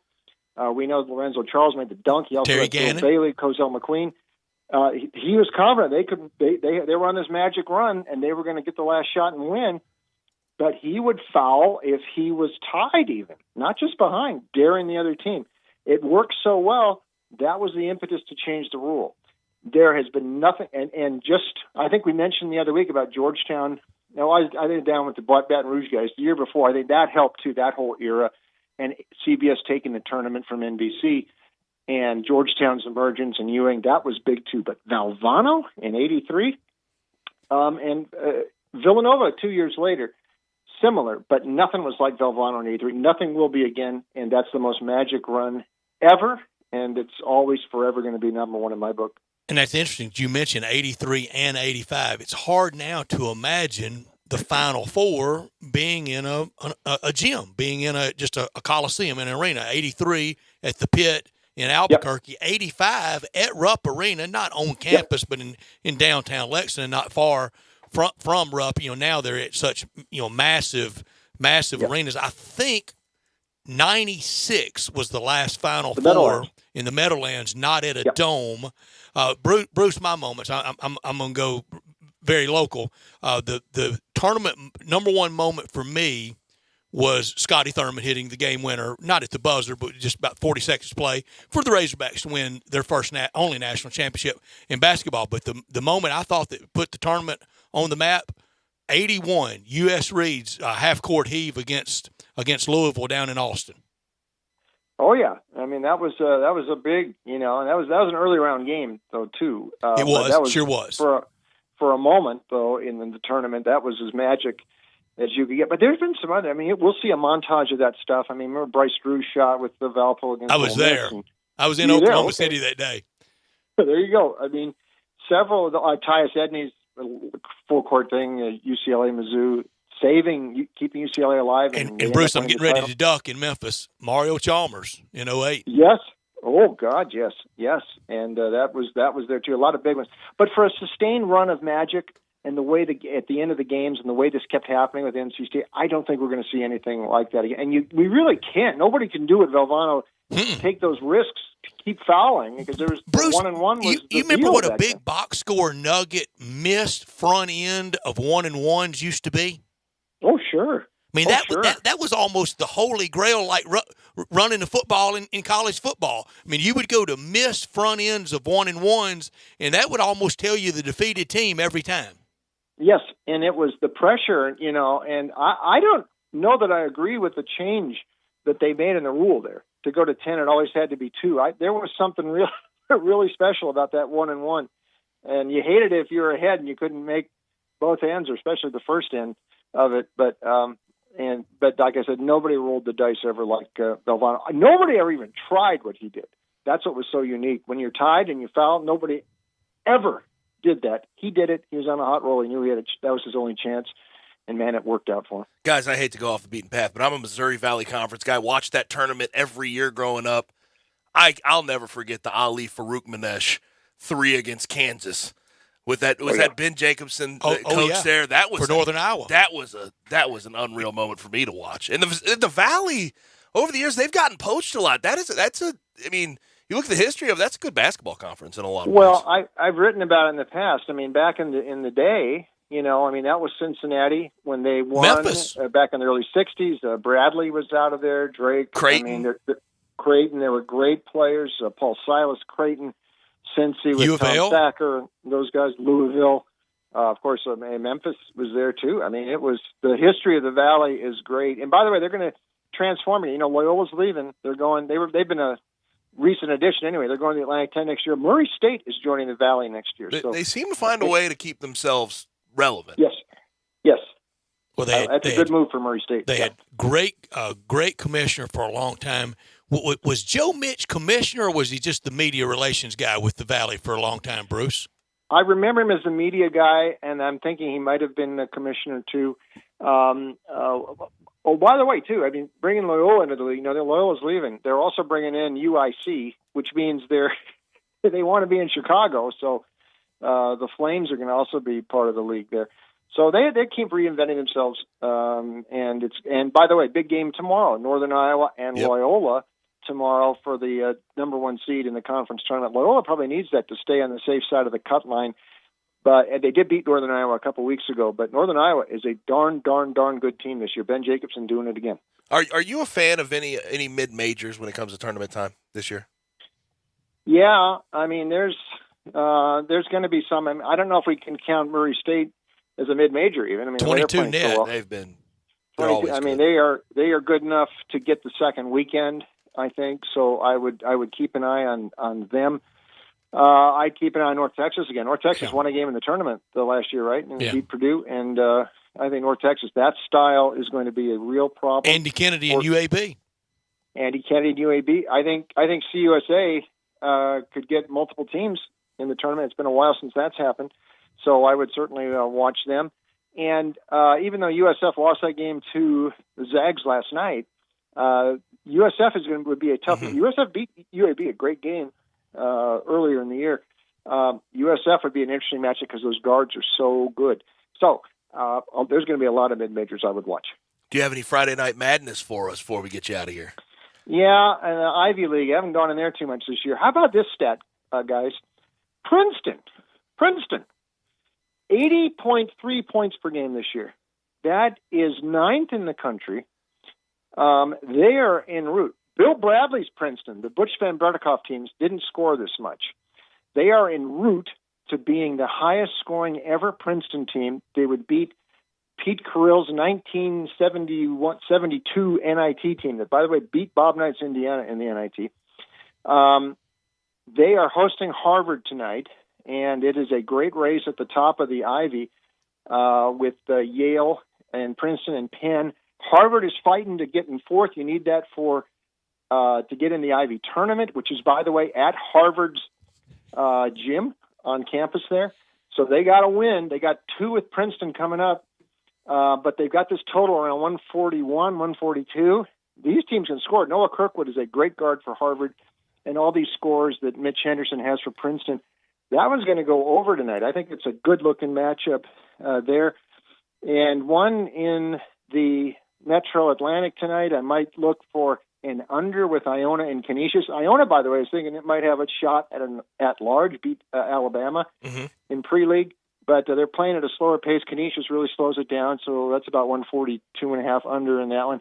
And maybe Ohio U, good team. They laid a real egg last Friday against Kent State. They get Akron tonight. I think Ohio U, and probably an over in that game. These teams combine about 148 per game. They got this total sitting about 133, too low. I think that one goes over as well. Love it. Where do we find more of you, Bruce? Thanks, Gabe. Check us out online, goldsheet.com. Every day we write up these several games of a big Saturday card. And, of course, picks are up there, too. My picks as well, goldsheet.com, also at Vegas Insider and DonBest.com. Always Great appreciate stuff, it. Bruce. Thanks, Bruce. Enjoy the weekend. Fight the good fight for us, Bruce. Thank you, man.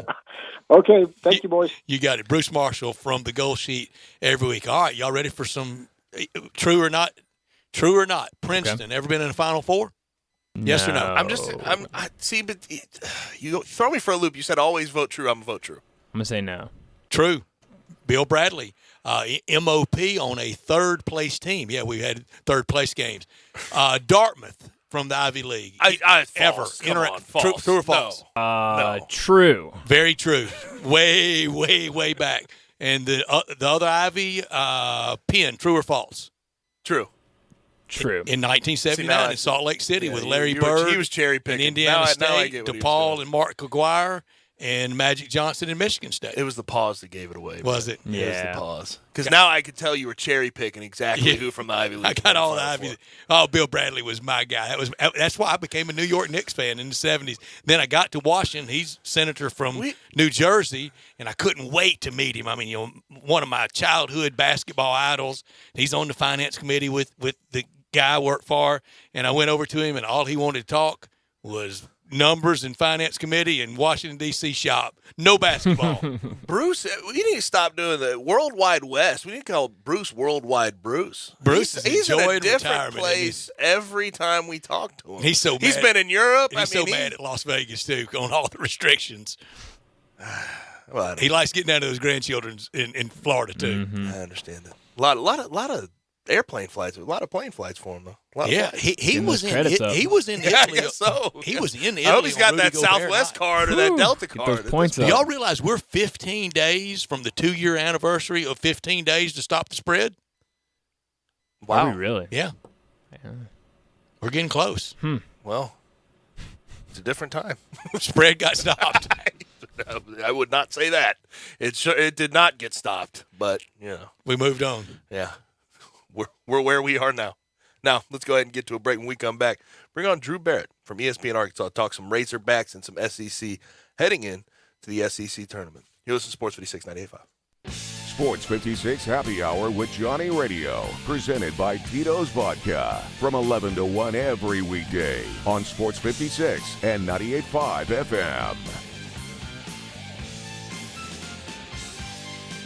Mount Moriah Auto Sales. What sets them apart? Great selection, quality, high-end to low-end cars, and low mileage. Mount Moriah Auto Sales is under new management. Ask for Emmett or Steven. Check out their great selection of cars or trucks. Choose from Dodges, Jeeps, Fords, GMCs, Infinitis, Porsches, Range Rovers, Lexus, Mercedes, BMWs, even Bentleys. Mount Moriah Auto Sales also has a great service department with 12 bays for everything from oil changes to alignment to new tires. Go to MountMoriahAutoSales.com. Pick out your like new car or truck today. Mount Moriah Auto Sales, right on the corner and right on the price.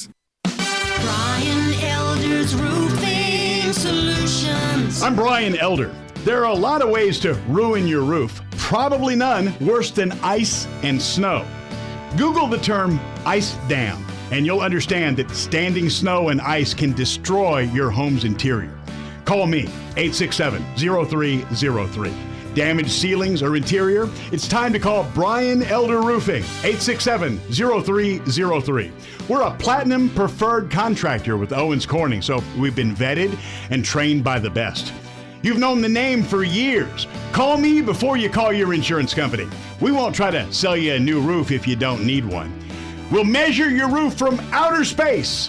Call me, 867-0303 or BrianElderRoofing.com. Call 867-0303. Brian Elder's Roofing Solutions. Get in the swing of things. Grab your friends, your clients, your employees, and go enjoy everything you love about Topgolf in a luxury suite while at Memphis' only Topgolf Swing Suite at Erling Jensen's Small Bites. Topgolf Swing Suite is an immersive social experience offering guests a luxury private lounge to enjoy Erling Jensen's extraordinary food and beverage service, all while playing a selection of games in a one-of-a-kind simulation day. Topgolf Swing Suites are great for work outings, celebrations, or just getting together. It's fun for the whole family. It's fun for golfers and non-golfers alike. They have more than just golf. They have soccer, baseball, zombie dodgeball, football, and more. Located at 5069 Sanderlin, adjacent to the Doubletree East Memphis. Check us out at SwingSuiteMemphis.com or call us at 901-58-SWING. Again, that's 901-58-SWING at Memphis' only Topgolf Swing Suite at Erling Jensen's Small Bites. Book your suite today. Realtors abide by a code of ethics. This is Article 9 in action. Beth, a first-time homebuyer, knew nothing about the home buying process, except that she wanted to buy a home. But her realtor had the expertise to make sure Beth understood every document, even giving her copies to review with her lawyer so Beth could close on her first home with confidence. Complicated things explained in simple terms. The difference between an agent and a realtor is real. Realtors are members of the National Association of Realtors. That's who we are. Bartlett Small Engine has been serving quality power equipment since 1970. They have a full line of power equipment, parts, and services for most makes and models. Bartlett Small Engines has the best brands in the power tool industry: Honda mowers, trimmers, and generators, Steel blowers, trimmers, and chainsaws, Echo trimmers, blowers, and chainsaws, plus quality products from Red Mat and Shindawa. And they're all American made. Bartlett Small Engine is your can-do store. 6780 Summer Avenue. Call 901-386-9779.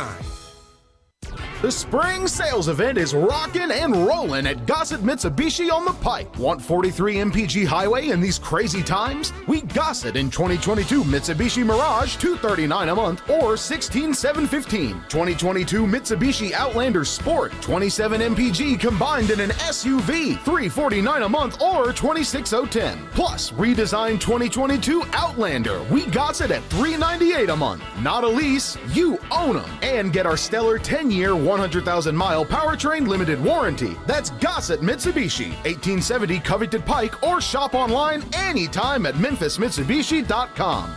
If you want it, we got it at Gossett Motor Cars. All 72 months Mirage, NH001803, MSRP 17465 Sport, NU003361, MSRP 27010, Outlander NZO53093, MSRP 29615. Includes all rebates and incentives, PF 695, excludes tax, title, and license with approved credit. See dealer for complete details. Offer valid through 2/28/22, dealer stock only. Listen Sundays at 11 a.m. to join Idlewild Presbyterian Church for worship. Idlewild is a PCUSA church located in Midtown Memphis.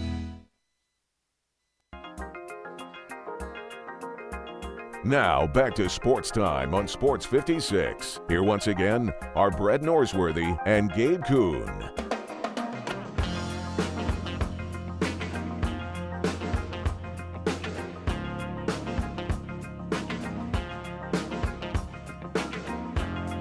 Big matchup in the SEC over the weekend. And we're looking forward to it. There's no question about it. It'll be in Bud Walton Arena. Got Kentucky visiting there and playing Arkansas. And we bring on our good friend Drew Barrett from ESPN Arkansas to discuss all of that and a little bit more at dbarrett36 on Twitter. Drew, how are you, man? Hey, Drew. Hey, Brett. Hey, Gabe. I'm doing well. The excitement is building here in the natural state, especially on the west side of the state. It's icy, but the roads are getting cleared, so everybody should be able to make it hopefully safely to Bud Walton Arena tomorrow. Did you stay safe through all the weather? Oh, yeah. I didn't lose power, didn't lose anything. Roads were a little slick, but outside of that, very thankful that about 2 inches of ice fall and nothing major happened around here. I guess that's what happens when a lot of your power lines are underground. Yes. Hint, hint, MLGW. Yeah. Well, and no kidding. And we didn't get that lucky in Eastern Arkansas. I think it has been restored. A friend of mine just texted across the street from me that we're finally burning. But Northwest Arkansas, it's rare for them to get that kind of ice storm. A lot of snow, but that kind of pelted with ice. It's rare for it. Drew, I was at Bud Walton Arena last Saturday, and it was fantastic. And a good friend I went to the game with during the game, I asked him, I said, "Is this what it was like for Auburn?" And through the din of the crowd, barely could hear him. He said, "No, Auburn was louder. Tomorrow, it'll make Auburn look like child's play."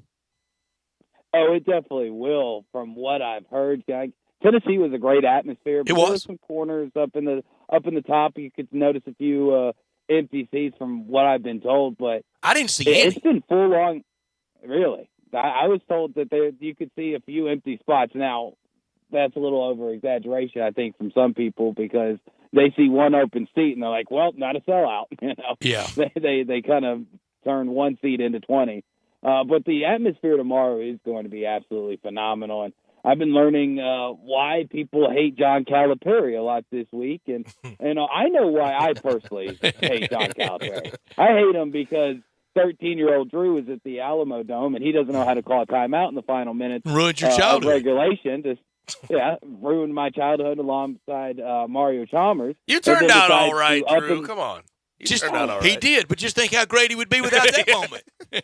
Exactly, Gabe. I mean, I don't think my therapist would be out of a few $100 right now. Hi, my name is Drew. John Calipari ruined my childhood. Hey, Drew. It's been brought up. Trust me. But, Drew. I've been learning a lot about their hate for Calipari, and one thing is very interesting. A lot of it does stem back to his days at Memphis. I heard a couple people say that they didn't like him because they had the bench incident at the Pyramid with Tony Barbee and an Arkansas player, if you remember the forearm shiver.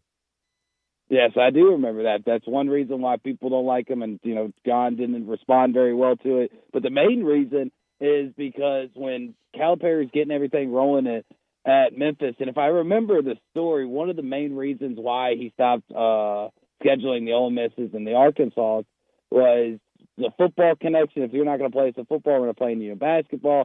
Also, why have regional rivalries when I can go national? And a lot of people over here took some offense to that, saying that Calipari didn't think Arkansas was on a national level as far as a brand name, and they've kind of hated him ever since. The slick back hair, the coaching the Big Blue Nation definitely doesn't help. But he's been public enemy. I wouldn't say number one, because whoever's the head coach of Texas is public enemy number one in this state, but he definitely makes the top 5 list for sure. Yeah, John Calipari. Let me go back to that night. Tony Barbee did that almost defending himself. I don't think it was rancor there. Tony Barbee, for I think a lot of faults, I don't think would ever hit a youngster. So I'll defend. And it happened fast, and everybody moved on. I was at the game. I was sitting on the other end at the table from where it occurred. I was more behind the Tigers bench than behind Arkansas. I don't think there was any there. But you know how in a rivalry, and Arkansas and Memphis was a pretty pitched rivalry for a good while. But I don't think he was meaning it maliciously.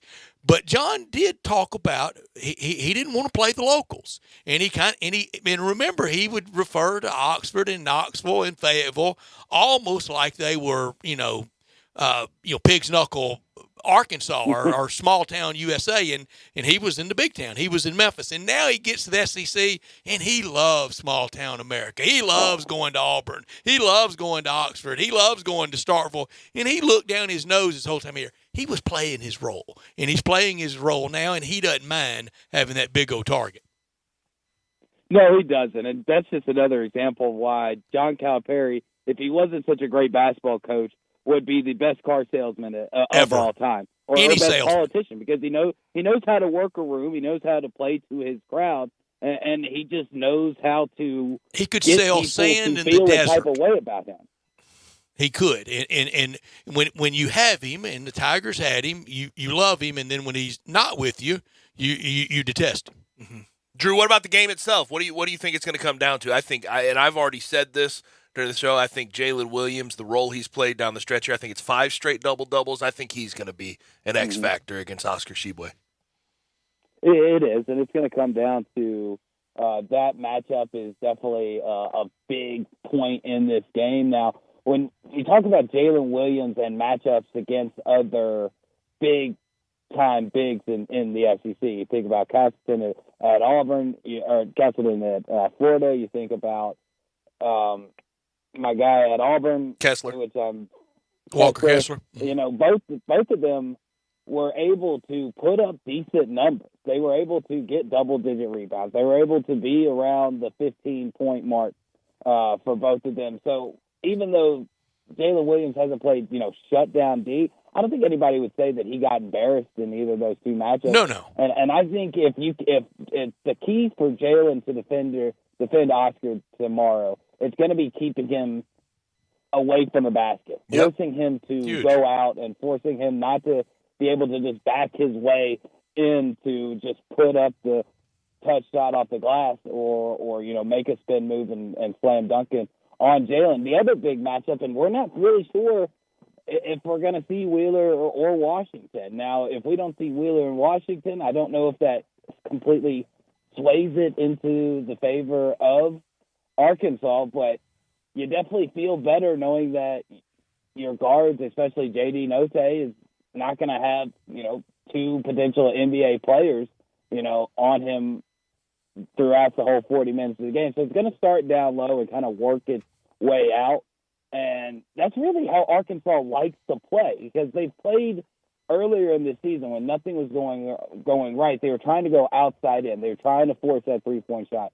They were trying to, be too razzle-dazzle. And then Jalen Williams really emerged as a scoring threat and as a defensive threat as well. And they've been working inside out to where they're letting shots create themselves instead of forcing them. So if they can continue to play that game plan, then I'm not too worried about Arkansas. The great thing about Arkansas, especially in this 13-game stretch where they've won 12 out of 13, is that they can win any style of basketball. That's when you're good. We saw it live in person where they won a game scoring in the 50s. Well, a week before that, they won a game where they scored in the 90s. It doesn't. No style of basketball really scares you, because I think through this 13-game stretch, you've been able to beat, slow-paced teams. You've been able to beat fast-paced teams. You've been able to beat teams that like to shoot it from the outside. You've beaten teams that play underneath the basket. You feel confident right now, really, truly, going into this final 3-game stretch of the regular season.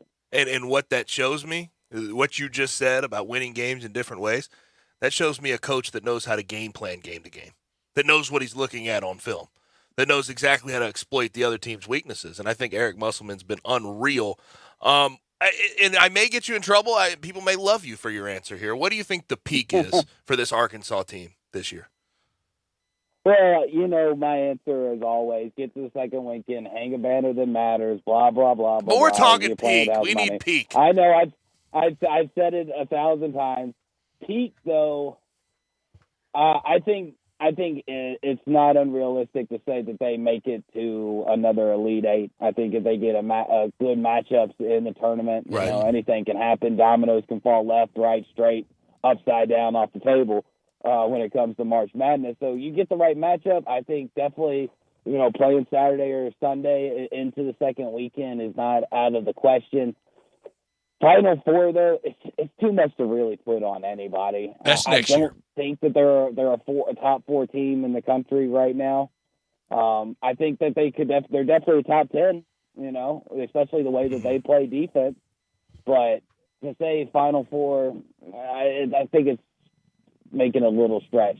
I'd say Sweet 16, great. Elite 8, icing on the cake, be done with it.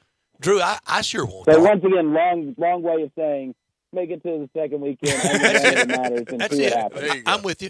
Drew, I would love for the Arkansas-Memphis series to renew, and I wish it would have this, and I don't know how often it did this, but not just be a November, December game. I'll take it any way we can get it, especially, and I want it Memphis-Fayetteville. I don't want any North Little Rock stuff, and it would be pointless for that game to ever be played in Nashville. I want FedEx Forum, Bud Walton Arena, and so that game of the night of the Tony Barbee Shiver, that was like an early January game.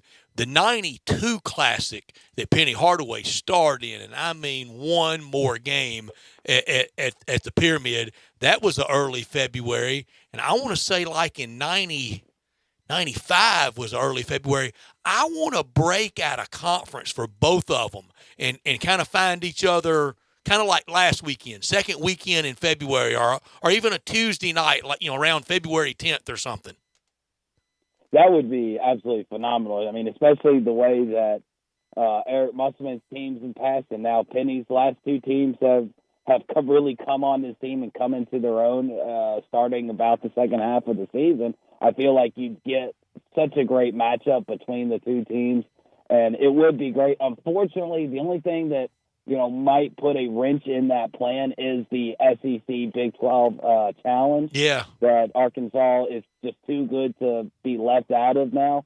So that's something you're going to have to work out. But I think if Eric Musselman and Penny Hardaway can communicate, and I think it's a matchup that both would love. And football's getting ready to happen. The whole, you know, keep Arkansas out of Memphis from recruiting, that's just not a thing in today's age. No. I mean, with the internet, with scouts and everything like that. They're in Memphis. Everybody's in Memphis. Playing somebody in your hometown doesn't help them recruit them any better. It's not the same as the 80s. So let's leave that at the door. You going to be in the building tomorrow?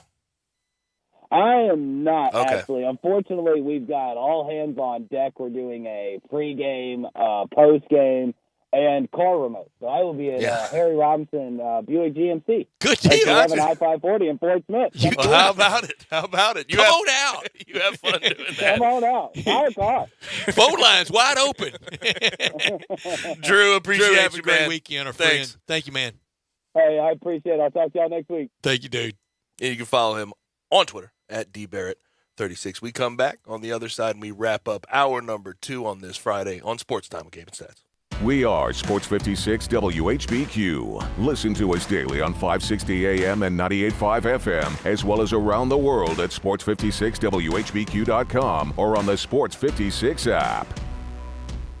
I'm with John Burgos in the alley at the world-famous Rendezvous. John, it's so good to see you. How are things at the restaurant? Brett, things in the restaurant are fine, but like all restaurateurs will tell you, things are still not back to normal. Supply chains are interrupted. One week we can't find charcoal. Another week we're short on ribs. Another week they can't find the plastic bottles to fill our sauce jars with. I've watched in awe as our fellow Memphis restaurateurs have worked their way through these past months. John, always new and exciting things at the Rendezvous. People know we have Greek salad, vegetarian red beans and rice, and vegetarian nachos. But now we have desserts. Miss Barbara of O Taste and See has individually wrapped some wonderful desserts. We have key lime pie, chess pie, chocolate chess pie, and pecan pie. Not pecan pie, pecan pie. We also have a new twist at the Rendezvous. We now have outdoor dining. It's in the side alley along the Rendezvous, not the one in the front. And depending on the weather and depending on staffing, please call ahead to make sure we're open. And we hope it becomes a mainstay here at the Rendezvous. Mr. Charlie Virgos' world-famous Rendezvous in the Alley in downtown Memphis. Hi, this is John Conway with Conway Services. When was the last time you had your heating system cleaned? How about a safety inspection? Right now, Conway Service is offering our 16-point Energy Saver Super Tune-Up on your heating system for only $69. That's right, for only $69, we'll come out and perform our 16-point Energy Saving Super Tune-Up on your heating system. We'll also include a complete safety inspection using our state-of-the-art camera system, making sure your heating system is safe to operate this winter. Plus, we'll run a carbon monoxide test on your heating system, all for only $69. You can have the peace of mind knowing your heating system is safe and ready for those cold winter nights. So call Conway Services, the Mid-South's premier heating, cooling, plumbing, and electric service company at 384-3511. That's 384-3511. Call this week, and we'll perform your heating system tune-up for only $57. Call 384-3511. Conway Services. Call Conway today. I'm Gary York. I'm the service director at Lexus of Memphis. Our service department wants to be more than just a place where you get your oil changed. We do glass repair, windshield replacement, recalibration of your camera and sonar systems, even wheel repair, tire replacement, all the things you would expect from a luxury automotive dealer. Please check out our website. You can schedule your appointment, check out our specials, hours of operation, or if you'd like to do it in person, please reach out to one of our associates at 901-271-5199. I know the sweetest thing in Memphis, and I know it's been around for 120 years. You know, I'm talking about Dinstall's, and it's time to stock up heavy on Cashew Crunch, Heavenly Crunch, Turtlettes, all of your favorite Dinstall's treats to watch the playoff games and to watch all the basketball. It's so easy to get. The sweetest thing in Memphis, all you have to do is head to Laurelwood or head to Germantown and Poplar right across from the hospital, or go where they make the candies. That's on Pleasant View. There's nothing that says Memphis better than Cashew Crunch with that little tinge of coconut, or the Turtlettes. Let's face it, there's nothing better than Dinstall's chocolate. That's the mainstay of all candies, isn't it? Milk chocolate, although their dark chocolate is pretty darn good. And if you get the peppermint with the dark chocolate and put it in the freezer, you're going to love it. So many ways to love Dinstall's. 115 years of making Memphis oh so sweet. Golfers, tee it up this year at Edwin Watts Golf Shops for the hottest new arrivals from Callaway. Featuring the new Rogue ST drivers, Callaway's most stable driver ever, with tungsten speed cartridge, jailbreak speed frame, and AI flash face. Engineered for max speed and forgiveness. 4 different models to fit every golfer's needs. Think speed? Go Rogue. Swing by Edwin Watts Golf Shops and get custom fit for the new Rogue ST drivers today. Edwin Watts Golf Shops, home of the 90-day satisfaction guarantee, and shop us online at worldwidegolfshops.com.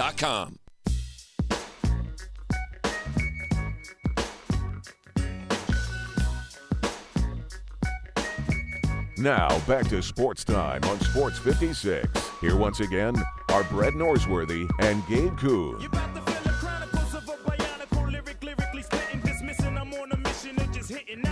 Jason Munz from the Commercial Appeal will be coming up at the top of the next hour. Before we get there, I was watching ESPN this morning. I look at the bottom line. They got the college basketball. It starts scrolling, and I see Fred Hoiberg's name pop up, and obviously he's been everywhere a few times, basically. Stay of execution. But he's at Nebraska right now. And Trev Alberts this morning, their AD said that they're going to stick with him going into next season. And Brett, I don't know how good.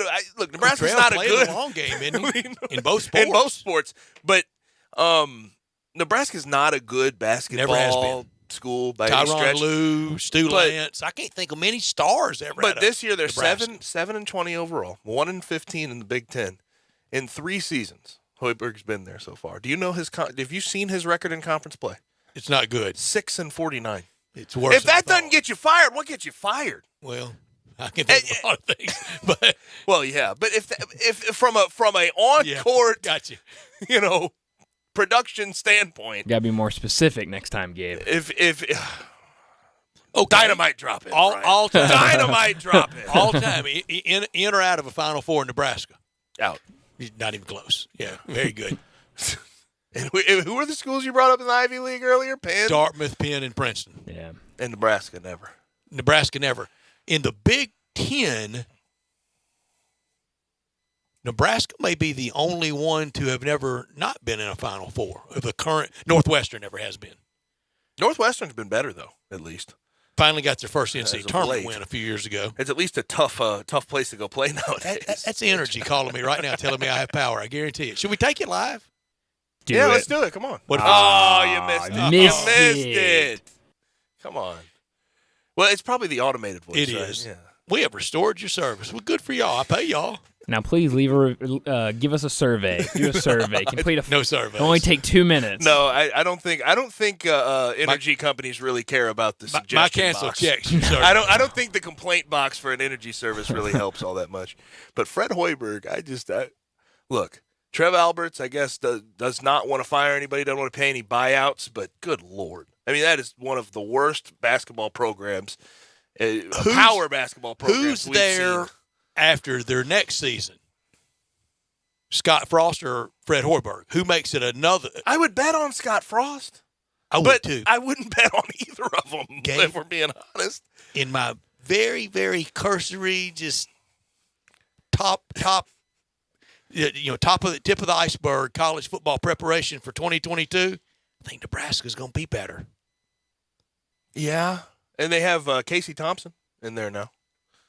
Casey Thompson from Texas. I heard he's one of the pretty boy types. He didn't do much for me this year. I was right. Northwestern, Nebraska, the only two Big Ten teams to not appear in a Final Four. Yes, Penn State has. Yes, that's a yes when I ask in a few weeks. We'll see if in a few weeks. I mean, you're going to ask. You might cover all 350 by the time we're done, huh? Are all 93 that have appeared in a Final Four? I think it's 93. But yeah, I would definitely vote on Scott Frost to be there longer than Fred Hoiberg, because Fred Hoiberg's been really bad. Scott Frost or Jim Harbaugh, who makes it between those two?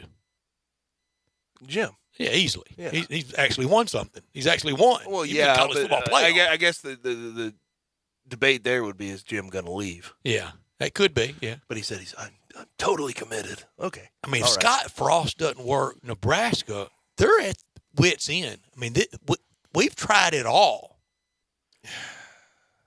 It all? Yeah, I mean, he was the guy. Like he was supposed to return it. National champion quarterback. Looking back on it, though, wasn't there? There's sort of a thought of, yes, you jump from the AAC to the Big Ten, totally different conferences when you talk about offensive football, completely different pace of game, all of that. Couldn't be more radically different. But 3 years, that's all he did at UCF. Only 3 years of experience for taking that job. Theoretically, he would know it. Fended off Florida for him. Nebraska, I mean, he had Florida sitting on the table. I think in theory it made a lot of sense, but reality is sometimes a lot of times drastically different. Reality smacks, doesn't it? Yeah, it does. Over the weekend, Bubble Watch. Saturday we have to watch Florida State, Virginia.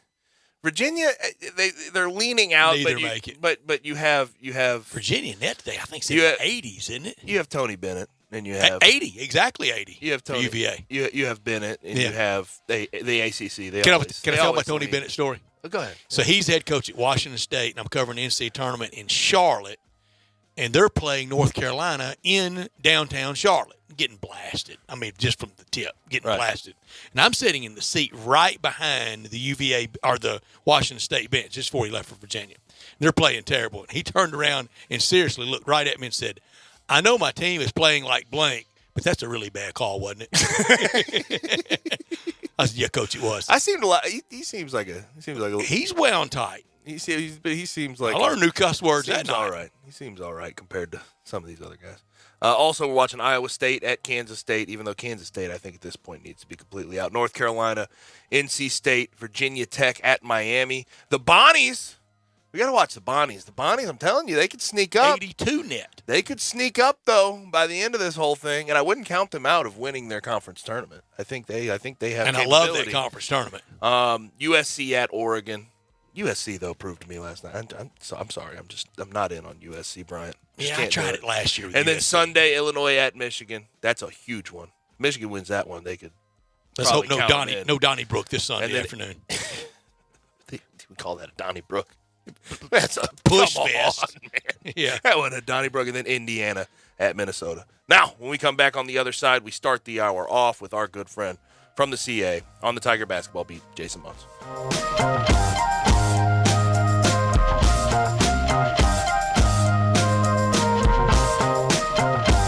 The machine is coming. Bert Kreischer, the Birdie Boy Relapse Tour. 2 shows, Saturday, March 5th, Orpheum Theater. This is how bad of a parent I am. I went to a parent-teacher conference. I make a cup of coffee, I grab 2 Diet Cokes, go to the parent-teacher conference, crack my Diet Coke, take a sip, and realize I have a Coors Light. There's more at BertBertBert.com. I pushed back into it, and I killed that Coors Light.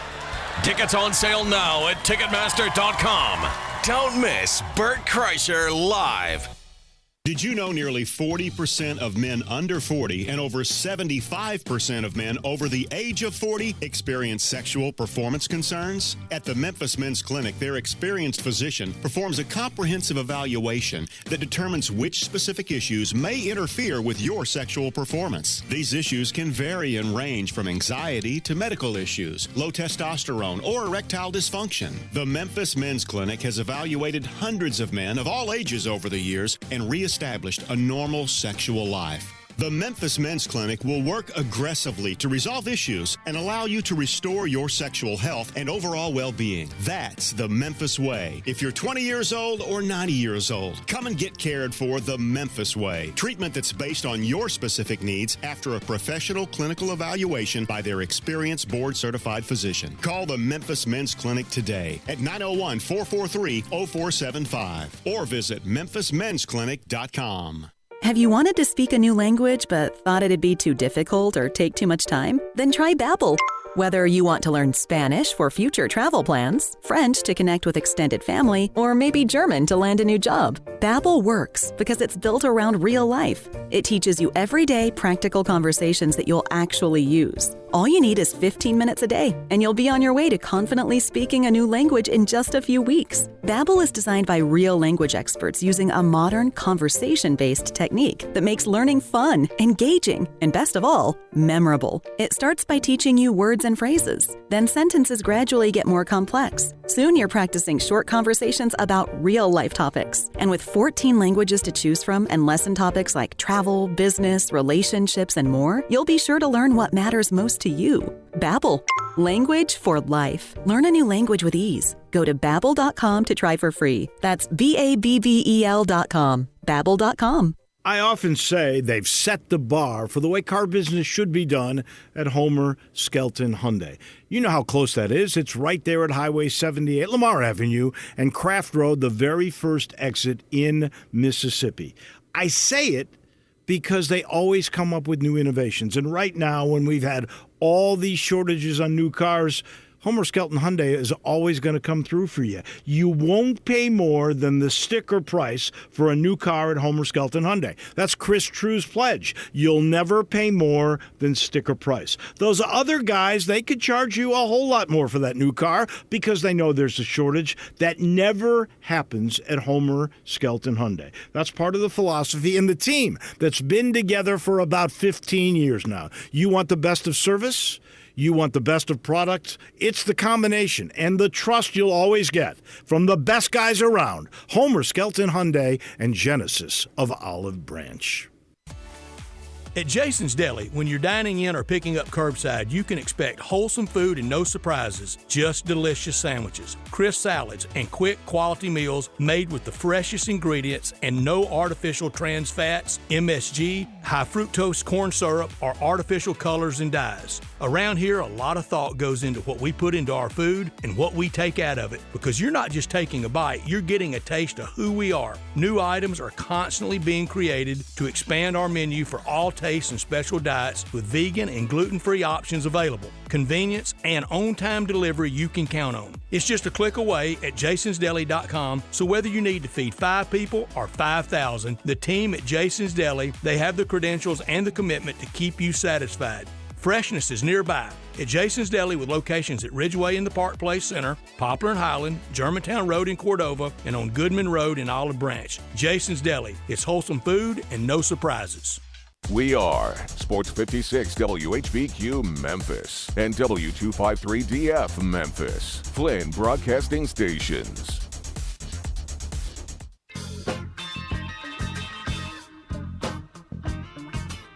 Now, back to Sports Time on Sports 56. This hour is brought to you by DeSoto Auto Sales. Here once again are Brett Norsworthy and Gabe Kuhn. Final hour, final day of the week, final Friday of February. We started every Friday afternoon during basketball season with Jason Munns from the Commercial Appeal on the Tigers beat. He was courtside last night for Tigers win number 15. We will visit with him after I tell you about the title sponsor of this hour. They're the title sponsor this hour every day, and we sure appreciate them. That's DeSoto Auto Sales, online at DeSotoAutoSales.com at 5704 Goodman Road, 662-890-7184. Come on down to DeSoto County for that town and country experience you've come to know, love, and trust at DeSoto Auto Sales. Very proud to serve DeSoto County and the surrounding area. All the cars test-driven, all checked out thoroughly, bumper to bumper, head to toe, unlimited inventory, every make, every model. And if it's not on the lot, they'll go find that special car just for you. Go to that website, DeSotoAutoSales.com, and look at all the cars and look at all the testimonials, all the repeat, very pleased customers through many years. You're treated like family by kind, courteous employees, laid-back atmosphere, no high-pressure sales, but they do care about your time. And they want you to enjoy the ultimate car experience. They know we live in a hustle and bustle world where time really matters. And they want to keep it that simple for you to have the ultimate car experience. You walk in, find the car you want, test drive that car, credit approved, paperwork completed, and you're out of there in 45 minutes or less. It's a guarantee over your lunch hour. It's a guarantee any time of day. But you can do it over your lunch hour. You can do it right now and start your weekend in your new car from DeSoto Auto Sales at 5704 Goodman Road. Come on down to DeSoto County for that town and country experience at DeSoto Auto Sales. Time to bring in the Tiger basketball beat reporter from the CA, Jason Munns, at Munsley on Twitter. Jason, how are you, man? Hey, Jason. I'm good. How are y'all? We're well, Jason. Yesterday, and you know, it's part of the myopic scrutiny. Can you have myopic scrutiny? I think that myopic is kind of scrutiny in and of itself. But the almost analysis with paralysis with Tigers basketball. Yesterday, I implored people, don't make too much out of Temple as the resume as the opponent. It was important because it was a conference game. It's late February, all that good stuff. But let's don't try to make Temple in to Duke 92. Today, I'm trying to implore people, enjoy that win. Winning matters. And make a big deal out of it because it was another one notched off. I mean, listen, Temple is not a bad team. They're not, like as you said, they're not world beaters by any stretch of the imagination, but that is a program that I believe is on the upswing and is going to be a factor in the American Conference much sooner rather than later. They're young. They are doing a lot of what they've done this year. I mean, like, look, before last night, they were half a game out of third place behind Memphis.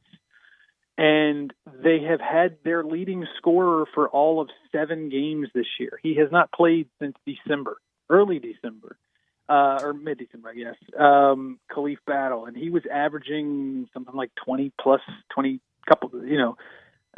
north of 20 points per game, I believe, when he went down with a season-ending injury. And he's not the only one that they've been missing. They were missing 4 starters, including him, when they beat SMU, and they held SMU to 57 points the other night. So, I mean, like, yes, I think it's not one of those games that you're going to like rush the court, your chest. You're not going to thump your chest about it when you're in the selection committee meeting on Selection Sunday. You're not going to be like, look at us, we beat Temple. But given the stakes, given the fact that had you lost, we know what the reaction would have been. Well, not only the reaction, the reality of it as well. Good point.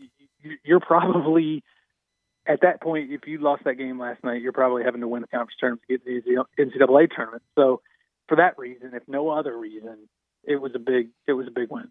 And I think it sort of shows what we have always talked about this entire year. You limit the rotation, you get post touches, and you look at the result. You play your best players, and voila. I mean, and your best players play well. I mean, it's not just about playing your best players. That is I think a very simple way of looking at it. Though your best players have to be playing well too. And I mean, we've seen DeAndre Williams have bad games. We've seen Jalen Duren have bad games. Landers Nolly on down the line. But when you play them all a lot and they're all playing well for the most part, then you're going to get favorable results. And that's exactly what happened last night. Jalen Duren was unstoppable for the most part. 22 points, ties a career high. To me, the bigger deal about Jalen Duren is he played a career high in minutes. He had 34 minutes last night, and this is coming off back-to-back games where it was kind of like, why isn't Jalen Duren playing more? I think he played 22 minutes against SMU, and I think only 19 in the in the game before.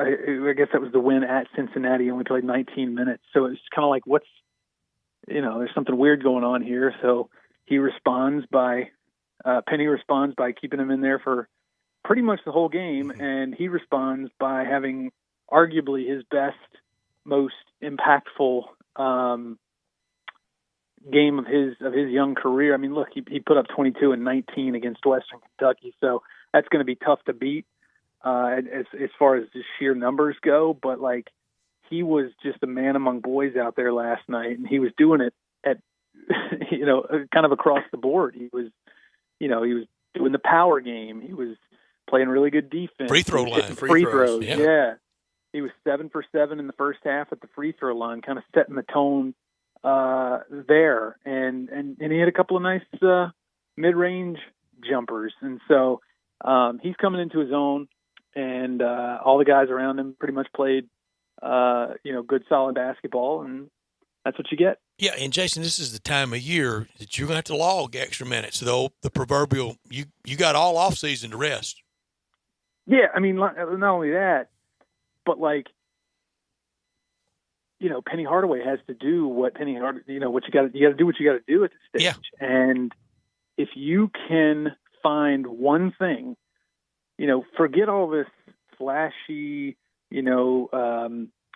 spreading the ball around, keeping everybody happy, all that sort of stuff. No, those days. Pick and roll works. Keep calling the pick and roll.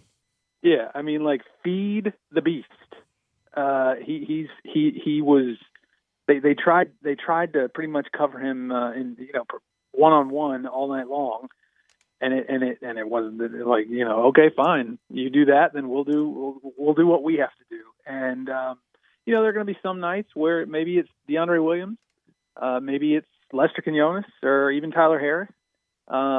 We've seen that a few times this year, but last night it was Jalen Duren. And again, at this stage of the game, you have no choice but to ride the hot hand, and it's exactly what Memphis did last night. And I can't help but shake the feeling. I think everyone else feels this exact thing. It feels the same as last year. Now the Tigers have had more opportunity for quad one wins, and they've gotten more quad one wins than they had last year. And obviously there was postponements, and we were in the middle of COVID, so there was other issues.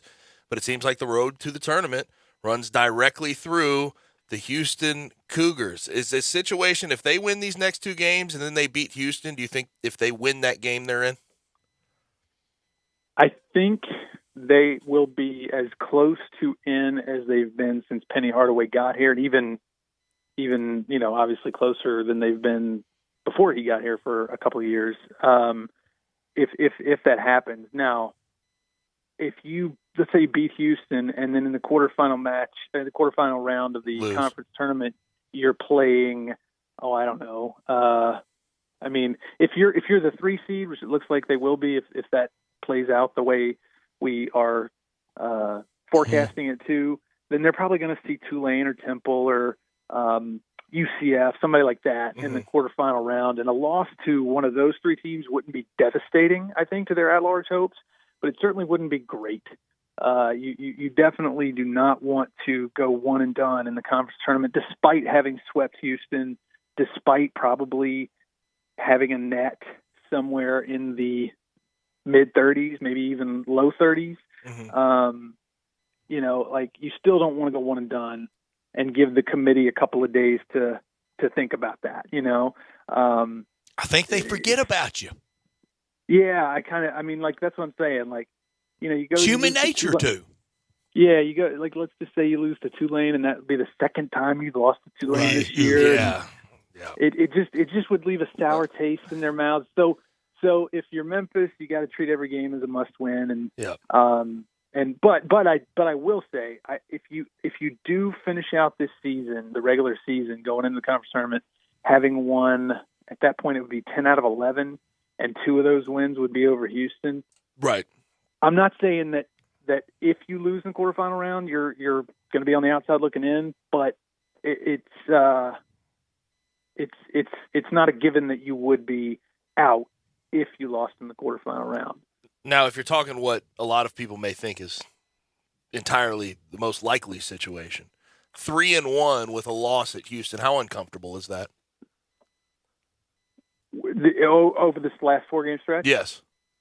Yeah, I mean, then you're talking about, here we go again. Yep. Good Lord, what do we have to do? Why can't we solve this riddle?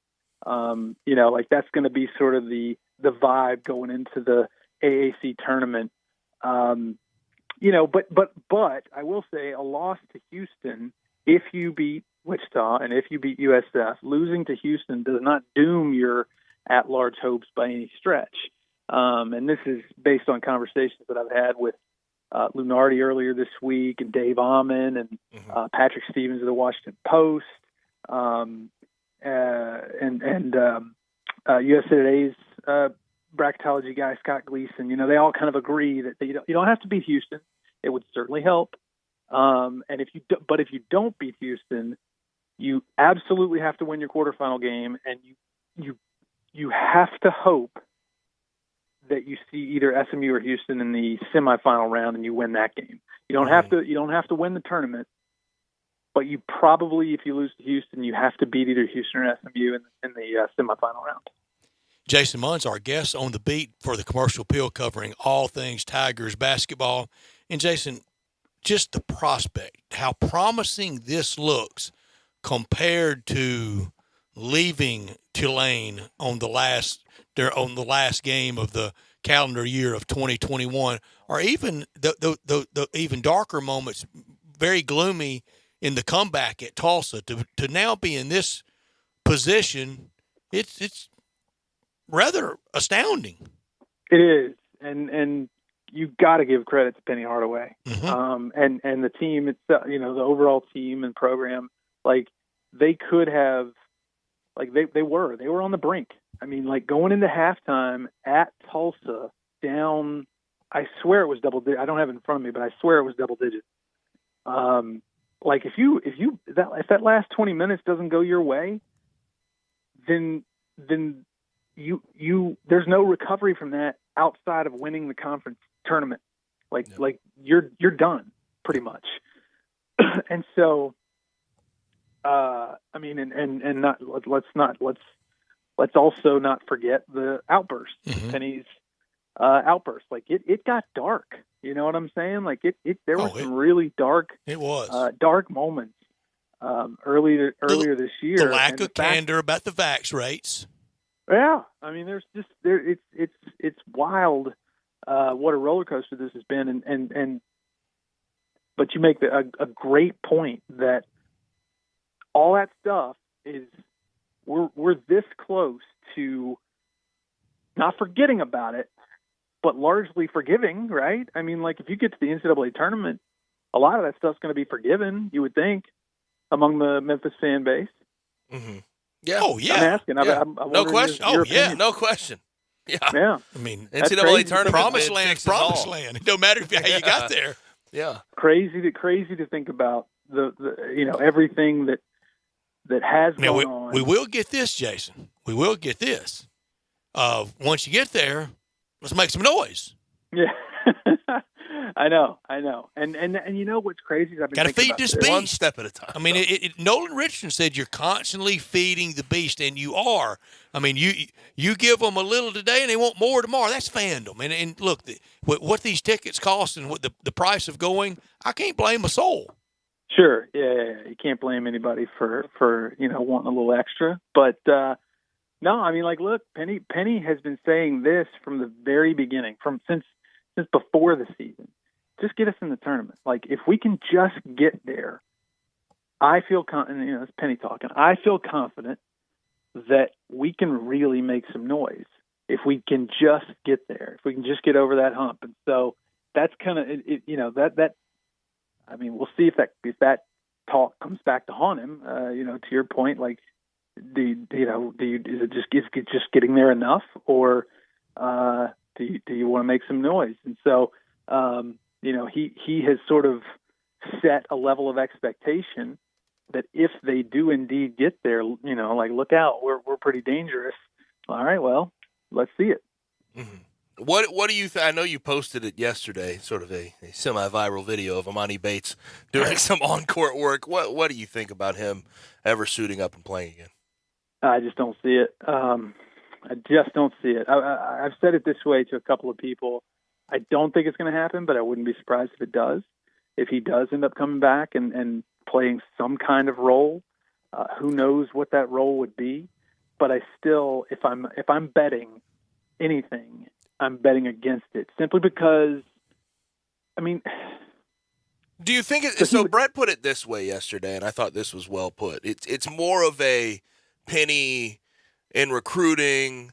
You bring in this guy, this 5-star, this high-level guy.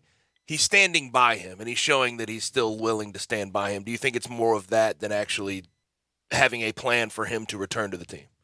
I think it could be that. I think it could be, Penny probably doesn't want to burn a bridge with somebody that he thinks has a bright future ahead of him. Mm-hmm. He's big on these relationships.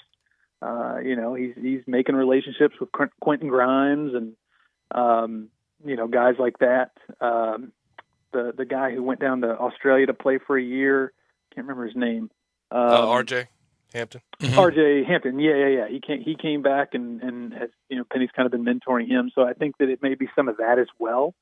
That he's trying not to have a bridge burned. But, the interesting thing is that was the video was like 10 or 12 seconds or whatever it was. Right. He was out there for like 30, 40 minutes, doing a lot of work. Now, it was all, as Penny said after the game, it was all 1-on-0. He has not gotten to the point yet where he is doing any sort of contact or any sort of high stress work.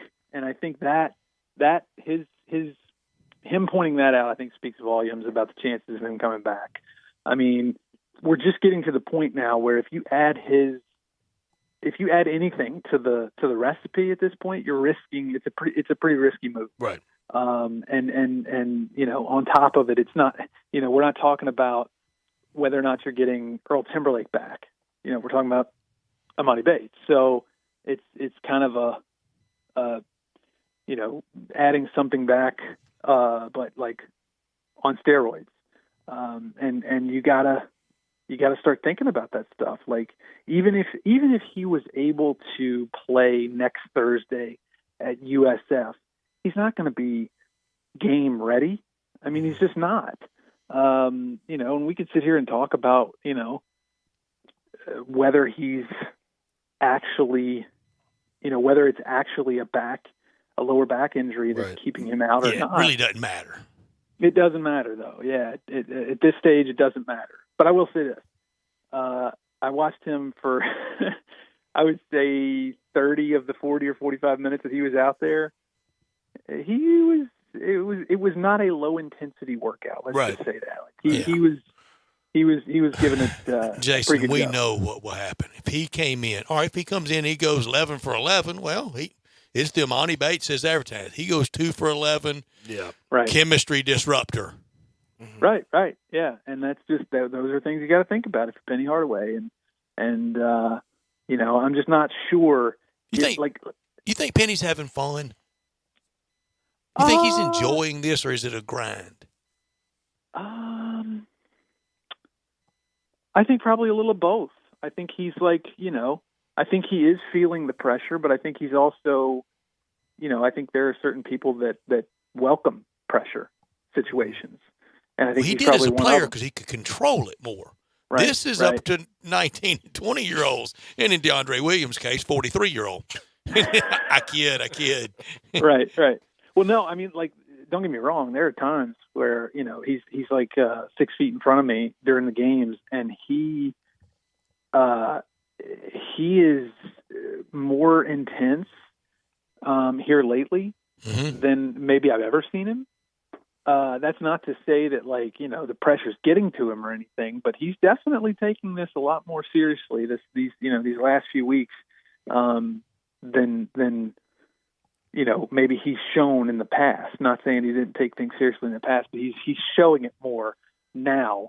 But even that said, I still think that he is enjoying what he's doing, and I think a big reason why is because they still have a shot. I think if they didn't still have a path to the NCAA tournament, then maybe we're having maybe it's a different story. But no, I think he's it's a good sort of on the edge of your seat feeling for him, if I had to guess.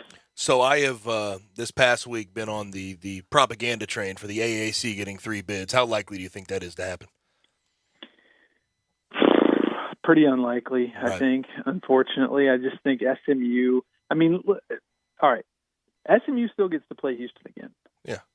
If SMU and Memphis both beat Houston twice, then maybe, if it's SMU, I mean, I don't think this is going to be possible given the way. Well, you know what? Maybe it would be possible if SMU wins the regular season and Memphis comes in third. Then maybe opposite of bracket. Let's say that if it plays out that way, where Memphis and SMU meet in the championship game, that would mean that SMU's beat Houston 3 times. And stranger things have happened. Right. So I'm not going to say it's impossible, but I do think it's just So you're saying there's a chance? Yeah, I am. It's in play. But at the same time, if you're SMU and it all plays out like that, then your overall resume, your best wins, no matter how many times you've done it, are Memphis and Houston. You don't have any other really nice, good, meaty, juicy wins. So I think that's going to kind of be what holds them back. And then, of course, if somebody other than Memphis /SMU/Houston wins the conference tournament, there's that avenue of getting 3 teams in, which is entirely possible. So, yeah, it's going to be a fun next few weeks. And we'll be watching it closely. Jason, always appreciate it, man. Have a great weekend, Jason. I know you'll be courtside Sunday. Thank you. Yes, sir. Thank y'all. Thank you, Jason. You can follow all of his work at thecommercialappeal.com and go to his Twitter at Munsley. Now, time for a break. When we come back, we get to what's trending. And there's we have the Russia and Ukraine conflict, and there's been some interesting things, especially from athletes that have come out of that from those countries. Right now, the conflict is hammer versus nail. Yes, it is. That's the truth of it. Conflict nonetheless. Now, we'll come back. We'll talk about that on the other side on Sportstime with Gabe and Stats. You have opinions? Well, you gotta have an opinion. We want to hear them. Call or text us on the AutoZone listener line at 360-8255. That's the AutoZone listener line at 901-360-8255. Get in the zone, AutoZone.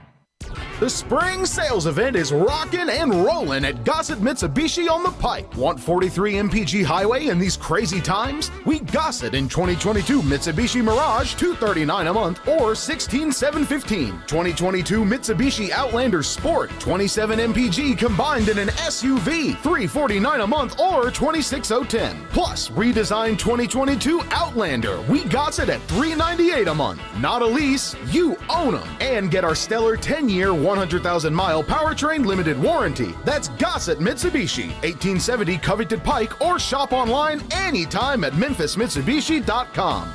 If you want it, we got it at Gossett Motor Cars. All 72 months Mirage, NH001803, MSRP 17465 Sport, NU003361, MSRP 27010, Outlander NZO53093, MSRP 29615. Includes all rebates and incentives, PF 695, excludes tax, title, and license with approved credit. See dealer for complete details. Offer valid through 2/28/22, dealer stock only.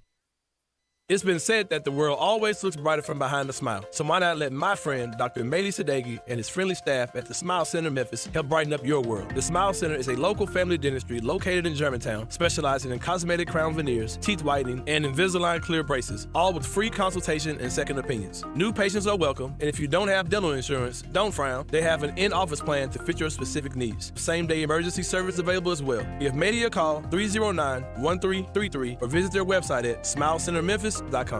So here's what car buyers are facing right now. Most dealerships have little to choose from or maybe some selection, but nothing to get excited about. Not at Auto Universe Germantown. I'm looking at beautiful top-of-the-line late-model cars and SUVs right here on Winchester off 385. Auto Universe Germantown has more luxury vehicles than I've seen in one place in a long time. Lexus, Infiniti, Audi, Jeep. Looks like every brand. How about Mercedes, Nissan, Honda, Chevy, Toyota? Affordable luxury. No haggle pricing. Come on by, ask for Zach. He'll take care of you. There's no wait time for service appointments either right here at Auto Universe Germantown. Call Robert at 901-751-7300 and get in now. Brakes, transmission, tire rotation, battery checks. Top technicians for all makes and models. Even collision repair. Everything you want in one place. 7300 Winchester, just off 385. You're going to love Auto Universe Germantown. Ask for Zach and tell him you heard about him on Sports 56. Finest pre-owned luxury vehicles made affordable. That's eautouniverse.com. Hi, I'm Troy Fivesh, owner of Fivesh Roofing. Sunday, today and today only. And for the first 50 callers. These are things you will never hear me say in my ads. Because if you're honest, sincere, and knowledgeable, you don't need fast-talking, high-energy, gimmick-promising advertising to get someone's attention. Speaking of that, how do you think companies can offer huge rebates and giveaways when you use their services or products? By overcharging you in the first place. That's how. 5S Roofing doesn't operate that way. It's misleading and dishonest. When I provide a customer with the best products and the best service, and I do it for a fair price, why would I need gimmicks? Best products, best warranties, and the best service possible. That's all we offer. Well, that and financing. 5S Roofing, proud partner of the Memphis Tigers and the official roofer of the Tigers home team. 5S Roofing, fair, honest, and ethical. 367-0050 or memphisroofer.com. 367-0050 or memphisroofer.com. 5S Roofing, it's what we do. We're here for you. Hey, Mid-South, the Kia President's Day sales event is in full swing at Gossett Kia on the Pike, and you're going to want to make your move today. Get Kia's 10-year, 100,000-mile powertrain limited warranty and get ready to ride in a 2022 Kia Forte LXS, $199 a month. 2022 Kia Soul LX, $219 a month. Both 36-month leases, $27.99 due at signing. Plus 2022 Kia Sorento LX, we Gossett, $308 a month. 36-month lease, $34.99 due at signing. So come see Bobby J. He's going to put you in a new Kia today. Gossett Kia, 1900 Covington Pike, or online KiaCovingtonPike.com. If you want it, we got it at Gossett Motor Cars. All 36-month leases, $650 acquisition fee, $30,000 per year, 20 cents excess mileage. Forte, NE 456, $841, MSRP $21,090. Soul, N78, $23,215, MSRP $21,515. Sorrento, NG 104,027, MSRP $31,460. Includes all rebates and incentives, PF 695, must finance through KMF, excludes tax, title, and license with approved credit. See dealer for complete details. Offer valid through 2/28/22, dealer stock only.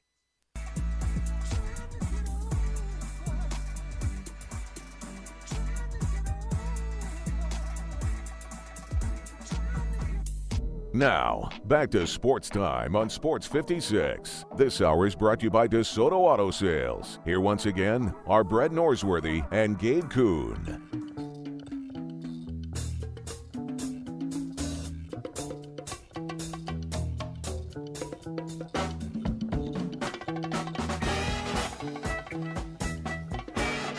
Back in on Sports Time on Sports 56 with Gabe and Stats. Autos on listener line 901-360-8255. Get in the zone, AutoZone. You can also message us on our socials, Sports 56 WHBQ, on Twitter, Facebook, YouTube, and Twitch. Also go to our website. Good featured audio on there, and also our podcast hour, sports56WHBQ.com. Now, it's just an ugly, ugly conflict going on in Europe, going on in Russia and Ukraine. Russia invading Ukraine very hostily.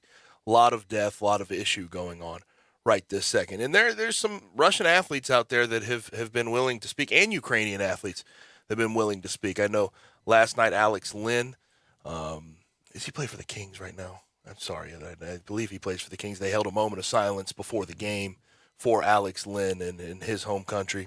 Also, Vladimir Klitschko, former heavyweight champion, and his brother Vitaly Klitschko. I didn't know Vitaly was the mayor of Kyiv. I didn't know that either. He's the mayor of Kyiv. Vitaly in his career, 45-2 with 41 wins by KO. Vladimir, we know about Vladimir. And when did I miss the pronunciation of it? It was Kiev all my life. Now it's Kyiv. Yeah, Kyiv.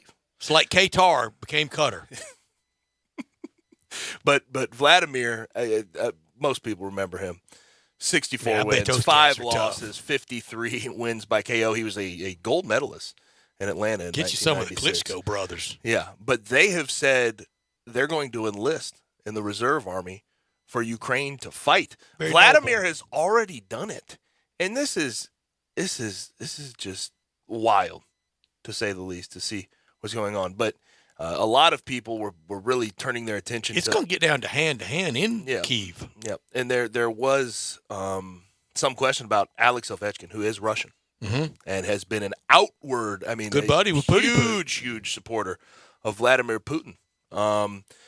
He spoke out today, which, when it comes to Russia, is never an overly good idea. He said, and playing in D.C. Yes, playing puts in spotlight DC. on him. He said, please, no more war. It doesn't matter who is in the war, Russia, Ukraine, different countries. We have to live in peace. He says, I'm Russian, right? It's not something I can control. It's not in my hands. I hope it's going to end soon, and there's going to be peace in both countries. Remember when we were fighting over the peace dividend, when perestroika and the wall comes down and all the old Soviet satellites that broke away, and Georgia and Ukraine, Crimea, and all of it, all of them doing their own thing, the Baltic states. Mm-hmm. And Putin played the long game about as well as you can play it. I don't want to. But at the same time, he just bided his time, sat back. But I don't want to do anything that may seem like he gets credit for being. Oh, I'm giving no credit. Smart. It's just the analysis. But you're. And he's bloodthirsty. I don't think you're off, and he's crazy. I mean, he's insane, and he's going to do whatever he can. And there was some question. He wants back. There was some every question. One of those breakaways. Well, I think he wants more than that. May. That's the thing is this could be 1938. Well, the breakaways, he already broke through the breakaways. Mm-hmm. He's moving farther into Ukraine. It has nothing to do at this point with the breakaways. Oh, he already just claimed take one that. country. He's not going to try to. He's not He going to try already to take all of claimed Western that. Europe. Just let him do that. We had that. We had the appeasers here in this country. Mm-hmm. And sadly, one of St. Louis's most famous, if not the most famous resident ever, Lucky Lindy, Charles Lindbergh, it wrecked a promising political career for him for being so appeasing of Nazi Germany of Adolf Hitler. And it just when things like this with this conflict, Joe Kennedy was an appeaser. Seeing like social media, we're in the TikTok age basically with this war. Kind of the first one, and it's so bad. It's worse than I ever could have thought about how people react. Isn't it always on anything? It's disgusting. Does it ever? Right. I understand that, but you would think with a war, with people's lives at stake, and I saw DJ Steffens, who actually plays basketball in Ukraine. He's long gone. He's out of there right now. He's at home, so he's not being affected by this right this second. His friends are. There's no question about it. He put out a tweet last night, and I agree. He said, you guys are making all these memes. This isn't funny. These are teammates of mine. These are families being affected by this, and people are on there making memes, poking jokes, making fun. And I can't really, it doesn't sit right with me. And then you look at some of those Ukrainian basketball players, a lot of the Americans that are still there, they're in they're in real harm's way. Gabe, how does an American president at a G7 or a big NATO conference or anything, how do going forward, how do you sit down at a conference or talks and look across the table at Putin? You can't. You can't. You can't. I mean, 1941, were we going to go seriously have a conversation with Hitler? No. It's just it's a scary time. There's no question about it. It is, and for a lot of people, you can say, "I don't care. It doesn't matter." It hits home. It matters because it matters. The world's a really small place right now. And know what the worst thing is. No one cares until they see that gas price start jacking up. Then they're up in arms, especially in this country. Then they start to pay attention. Yeah, and it's heading that way. It's there, and there's remedy for that. Those numbers about the there is, but it won't be used. It won't be. It's just that was a running. That was what he ran on, president. So that's the world. That's a very dangerous place. It's a moot point in a lot of ways. And I think back to the wall coming down and the peace dividend. And it was just going to be peace for as long as we see it. And how are we going to spend all the money from not having to fight the Cold War anymore? This always comes ringing home. Yeah, and I hope that we can get to a peaceful point at some point soon, but I know better than that. Sadly, throughout history, Gabe, the best way to have peace is for somebody to kick somebody else's in a war. Yep. And they get to strike the terms of peace. You really do have to feel for the people of Ukraine. That's in your prayers, whoever you believe in, you have to. And they've got compact and accord signed with Russia in the 90s after the wall fell. They were sitting on one of the biggest nuclear stockpiles in the world left over from the old United Soviet States Union. Destroyed it, right? Well, they agreed to everyone destroyed to cede it back and to shut it down, and Russia would never invade. So much for that. Yeah, that was a Boris Yeltsin deal. Putin doesn't play by Boris Yeltsin and Mikhail Gorbachev deals. Ready for more fun stuff? Get back to some sports because it's so in these past 2 days, past 3 days since it's happened. It's just been hard for me to compartmentalize and not think about what's going on over there at this moment. Well, you have to. I've almost enjoyed not having power. So you don't have to see it. So I don't because you can't drag yourself away from it sometimes. What is it with the NCAA tournament? It seems like every year something's going on around the tournament, whether it's the round of COVID or the march into Baghdad in 2003 was during NCAA tournament time. Mm-hmm. Well, I couldn't tell you. Coincidence. That's what that is. That's coincidence. Just let us enjoy our little brackets. Yeah. Now in the NBA. Talked about the Grizzlies earlier in the nice show. Segue. Losing to the Timberwolves in the first game since the All-Star break. And we discussed yesterday, Devin Booker, what's he going to look like? Talk with Keesman. Looked just fine. What's he going to look like without Chris Paul? He looked unreal. He looked really good. Suns beat the Thunder. And it's the Thunder. 124-104. But 25 points, 5 rebounds, 12 assists. He looked fine at point guard. Are you ready for Skip and Shannon Sharp for the big hot take? Are the Suns better without Paul? Oh, gosh. No, I'm not. I'm never ready for that. I will say this. I do want to see the same energy about leadership pointed toward Devin Booker now. That's what I do want to see from national media. Because how many times, even last year when we were talking about their finals run, everything, and I've said it several times with Chris Paul, if leadership had a metric, Chris Paul would have the best metric in history according to the media. It's unbelievable. And no titles. None. Which is so weird.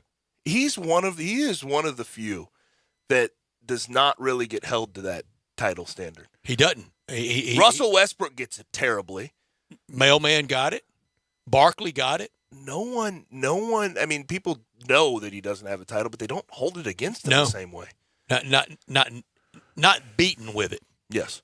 Tonight, James Harden makes his 76ers debut. What do you expect that to look like? Against the Timberwolves, by the way, in Minnesota. I think he's going to be really good, and that's probably the team out of the East. That'd be the one I would pick. people are curious. I think I speak for a lot of people when I say people wonder about how ball dominant James Harden's going to be with Joel Embiid. You would think not very much, but I'd imagine they try to see how they can split that up early. See how ball dominant they can have James Harden be early in his career. They better do it early because it's getting late. Yes. So you know exactly how you need to have it come playoff time. This is not the time for chemistry questions. But I think in the grand scheme it kind of makes sense that they're matched together. I like it. And Doc's got a light riding on it. Doc is just lately. I just want him to get over the hump in the playoffs. You know that title in Boston, he doesn't get any of the credit for it. That was all KG and come on. That's Paul Pierce, Ray KG, Allen, Ray Allen. I mean, that was a player title. It was, and it was, yes. Now NBA coach rare, except you win the gobs that Phil Jackson won. Larry Brown did in Detroit that year, though. He got a lot of coach credit for that one. Yeah, for the Pistons. I'd say less talent on that team, right? Although they had a good team. They had a really good put together team. Billups and Hamilton, big time backcourt. But compared to some of these other guys, some of these star-studded teams, yes. You know, the player at college, the coach, it's like he played and coached, because that's the constant. The pros, it's so ever changing. On the other side of that trade, though, with James Harden, what do you think when the Nets are going to return to play against Philly? Do you play Ben Simmons if he's available in that game? Yeah, if he's ready to play, you got to start playing him. That's scary to me. You're going to have to do it at some point. That's a scary. Yeah, do you do it now or the playoffs? Yeah. But it's a scary proposition right this moment. It's so fresh, so new. And they're so nice and welcoming in Philly. Yeah, exactly. I can't imagine. They're going to love him. I'm sure they'll pat him on the back and say it's everything in the world will be said. You know that. We're heading it'll be March 10th, that game. I don't know if given what else they have on that team. 2 weeks from today, right? I'm not sure. I don't know if I'd risk it. I wonder if they sit him for that game, if he is available. Because he said he's going to ramp up. 2 weeks from yesterday.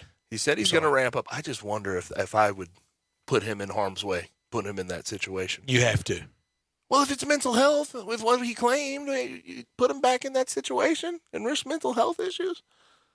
Even with good mental health, that could rock you. Right? That's all I'm saying. He did say that was the reason he wanted out of Philly. They're not bashful. I don't even know if I'd let him take the trip. My gosh. But what if he went in and got that over with, and then come playoff time? I mean, if he's available, I think you almost certainly have to go ahead with it. But it is, in the grand scheme of things, a risky thought process to throw him in that situation. Now, we're going to go ahead and get to a break. When we come back, we'll put a wrap on this week of Sportstime with Gabe and Stats. Join the voice of the Tigers, Dave Woloshin, for Wolo and Friends, presented by Homer Skelton Hyundai. Weekday mornings from 10 to 11 here on Sports 56 and 98.5 FM.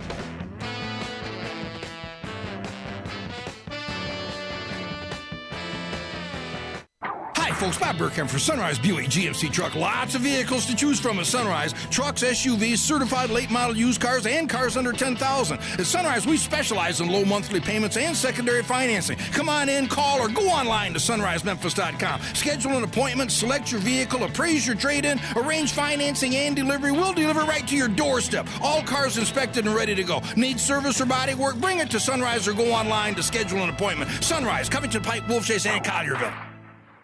Drivers who switch and save with Progressive save over $700 on average, and those savings add up. Imagine what you could buy in the future. So I used the savings from switching to Progressive 30 years ago to buy tickets to the championship game. You know, between those two teams that didn't exist 30 years ago.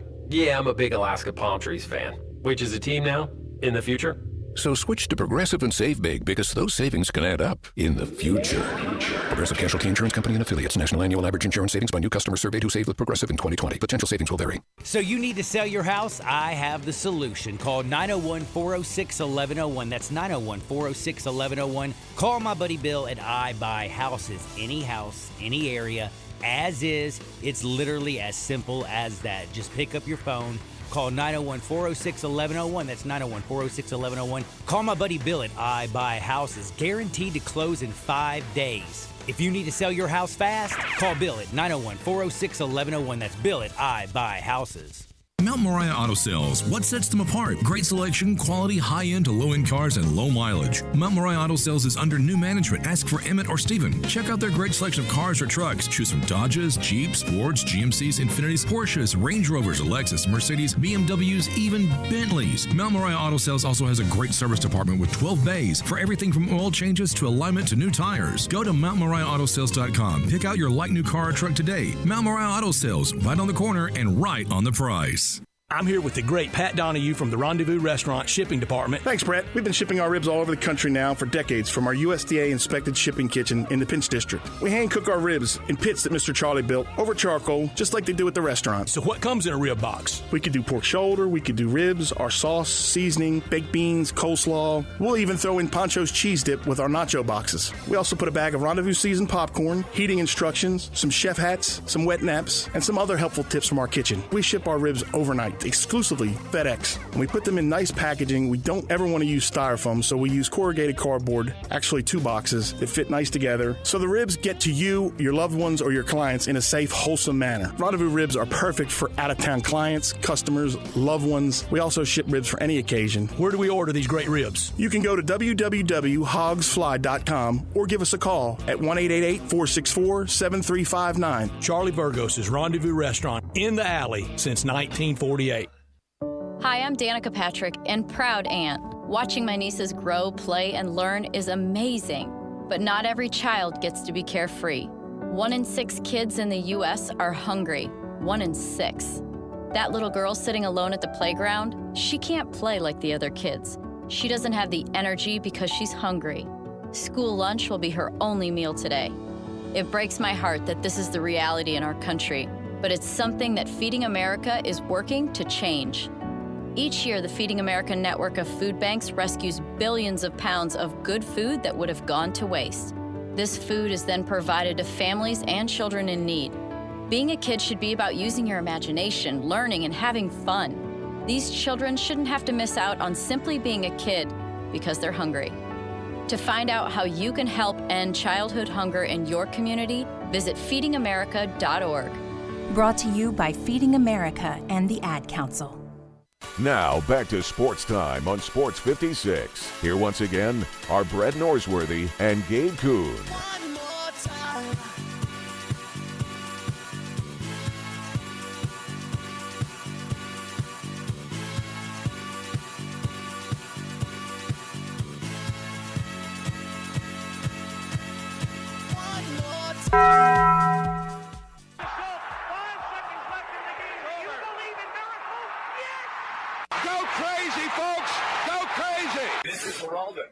Crunch time. You are looking live. In your life have you seen anything like that? Goodbye. Hello, Haskins. It's obviously crunch time. Hammer, nail, coffin. This baby is over. The double steak grilled cheese burrito. So good. Double the steak with nacho cheese sauce, seasoned rice, red strips, sour cream, and the 3-cheese blend wrapped inside a warm flour tortilla, with even more 3-cheese blend grilled on the top. The double steak grilled cheese burrito, it hits the spot now at Taco Bell. And at Taco Bell, when they say they are feeding people's lives with unexpected good, they mean it. Bowl food you can't get anywhere else. A couple of things out of the NFL. This is breaking. Adam Schefter reporting that Sean McVay told ESPN today that he is not pursuing any television opportunities. And he is committed to helping the Rams defend their Super Bowl title. I mean, that's pride. That's a coach setting in him. They won't go back to back. I mean, it's hard to go back-to-back in the NFL, but that's a heck of a talented roster. The whole system set up for nobody to go back-to-back. But also this from today, and this came down about a week ago that Jim Irsay led a meeting about Carson Wentz and his future with the Colts, and Frank Reich, Chris Ballard both promised to look at every option. That's what the earliest report was. Today, Ian Rappaport says Chris Ballard is actively looking for a new QB. And there was a lot of Colts fans before the year kind of annoyed that they went and got Carson Wentz and traded and did all this.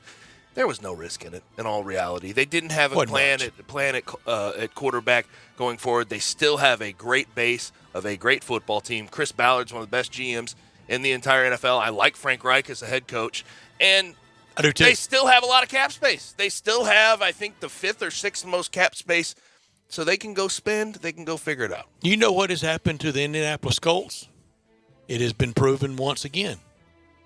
Replacing Peyton Manning wasn't easy. Yeah.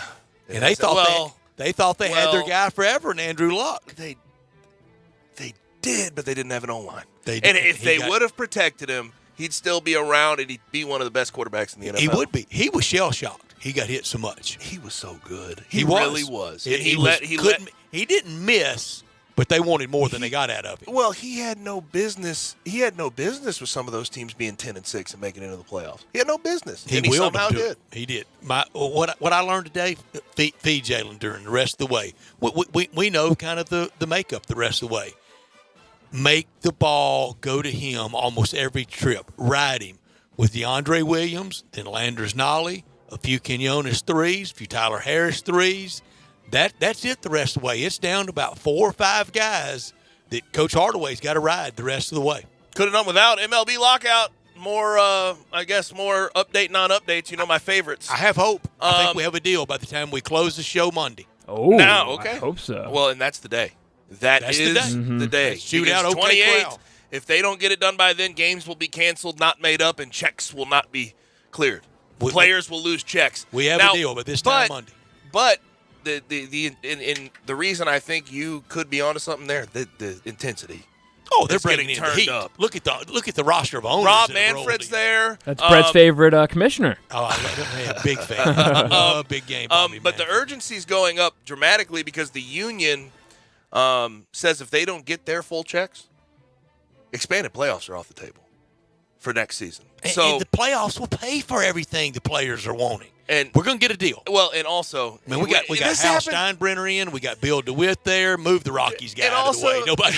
You're doing nothing. Also, doesn't this happen all the time with players' associations? As soon as they say, "Hey, those checks aren't going to clear," they start to say, "Okay, maybe we need to agree sooner than later." And this is what the last days of a loggerhead, a real combative negotiation looks like. And we're going to get bad news during the weekend. We're going to get it's hopeless. We're going to feel, don't be scared. We get a deal. Maybe not 6 o'clock Monday, but sometimes Monday night we get that tweet from that baseball person of they're close. We're going to have it. I got a good feeling. Keep hope alive. You know what, Brett? I don't have a strong take either way. You want it, though. Of course I want it. But I do not have a strong take. Well, bet the no and one of us be right. Bet the no. I say yes, you bet the no, and one of us be right. All right, cool. No deal. I'll I'm say the no. judge. And no, whoever wins gets a pat on the back. How about that? And we ignore who was wrong. If you were wrong, we don't talk about it.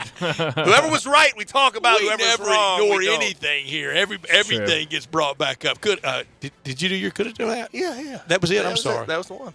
It's late on Friday. It's the weekend. Come on now. We're almost there. Could have done without with all the stories that are out there about the Big Ten commissioner, Kevin Warren. We had a college football playoff ready to be expanded, and he totally messed it up. He blocked it. Not just him. He was instrumental. He was big. Well, it's 1 of 3.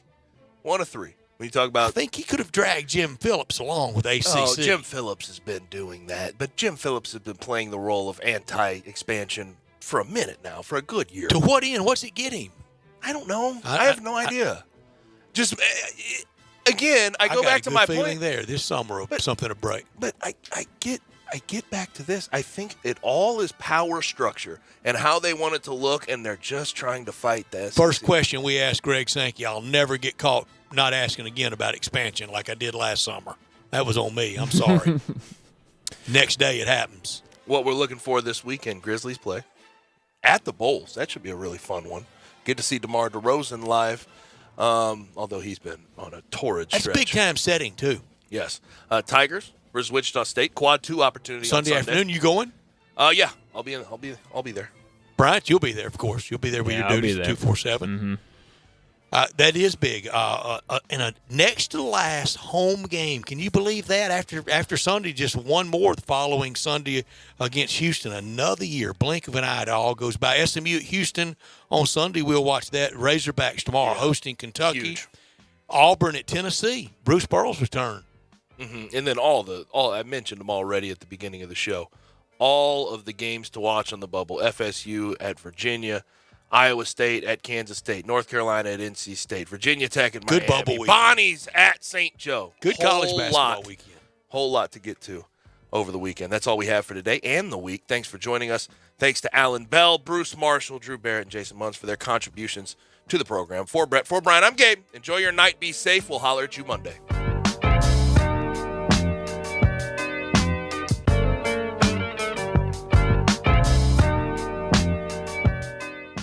I'm Gary York. I'm the service director at Lexus of Memphis. Our service department wants to be more than just a place where you get your oil changed. We do glass repair, windshield replacement, recalibration of your camera and sonar systems, even wheel repair, tire replacement, all the things you would expect from a luxury automotive dealer. Please check out our website. You can schedule your appointment, check out our specials, hours of operation, or if you'd like to do it in person, please reach out to one of our associates at 901-271-5199.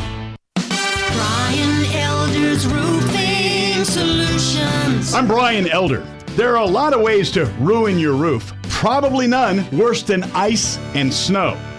Google the term ice dam, and you'll understand that standing snow and ice can destroy your home's interior. Call me, 867-0303. Damaged ceilings or interior? It's time to call Brian Elder Roofing, 867-0303. We're a platinum preferred contractor with Owens Corning, so we've been vetted and trained by the best. You've known the name for years. Call me before you call your insurance company. We won't try to sell you a new roof if you don't need one. We'll measure your roof from outer space. Call me, 867-0303 or BrianElderRoofing.com. Call 867-0303. Brian Elder's Roofing Solutions. I often say they've set the bar for the way car business should be done at Homer Skelton Hyundai. You know how close that is. It's right there at Highway 78, Lamar Avenue, and Craft Road, the very first exit in Mississippi. I say it because they always come up with new innovations. And right now, when we've had all these shortages on new cars, Homer Skelton Hyundai is always going to come through for you. You won't pay more than the sticker price for a new car at Homer Skelton Hyundai. That's Chris True's pledge. You'll never pay more than sticker price. Those other guys, they could charge you a whole lot more for that new car because they know there's a shortage. That never happens at Homer Skelton Hyundai. That's part of the philosophy and the team that's been together for about 15 years now. You want the best of service? You want the best of products? It's the combination and the trust you'll always get from the best guys around. Homer Skelton Hyundai and Genesis of Olive Branch. This week on RVER, sponsored by Progressive Insurance. That new doctor is drop dead gorgeous. Please, he's just another RV League educated surgeon with good hair. No, he's different. Nurses, we got a Class C motorhome with a detached driver's side mirror. Meet me in the OR. Stat. Right away, doctor. No, she's on break. I'll handle this one. Oh, you conniving little... When your RV really needs saving, Progressive has you covered. See if you could save with a leader in RV insurance. Progressive Casualty Insurance Company and affiliates, covered subject to policy terms. We are Sports 56 WHBQ Memphis and W253DF Memphis, Flynn Broadcasting Stations. RBI double in the fourth. Lefty on lefty is pitch. Curve ball. He started to go, held off. They appealed to third, said he didn't go around, and count 1-0. What are we going to see out of Mr. Perkins? Yeah, that fastball, Dave, is going to be 83 to 86. Curveball, some good depth on that curveball. It's a quality pitch for Joey Perkins. 73 to 76, and the changeup with some arm side fade at 74 to 77. The 1-0 to Harris. Another curveball missed inside for ball 2. 2 balls and no strikes. Made his VCU debut with a scoreless and hitless inning of relief against Ryder on February 18th. That's the second time he's been on the hill. 2-0 to Harris. Checks his runner at second base and delivers. Fastball line drive to right. Calvin Harris rounding third is Burford, and Coach Clement puts on the brakes there. Throw actually came into second base. Burford was rounding hard, but with no outs, didn't want to try it. That's a smart move. So Harris gets a single. Boy, he hit the double and the single solid. Well, David, he keeps taking pitches that he should take, gets himself in a good count, and he gets a 2-0 fastball and just lines it into right field. Another quality at bat for Calvin Harris. Top of the order, Peyton Chatagnier. He's 0 for 1, but has 2 sacrifice flies to left. And here comes another meeting on the hill. Maybe he was just supposed to pitch to one guy, and they're going to switch to right-hander. They're not changing him here, but a discussion with all the infield. And, of course, the offense will leave and go over to the Rebel dugout and have a discussion as well.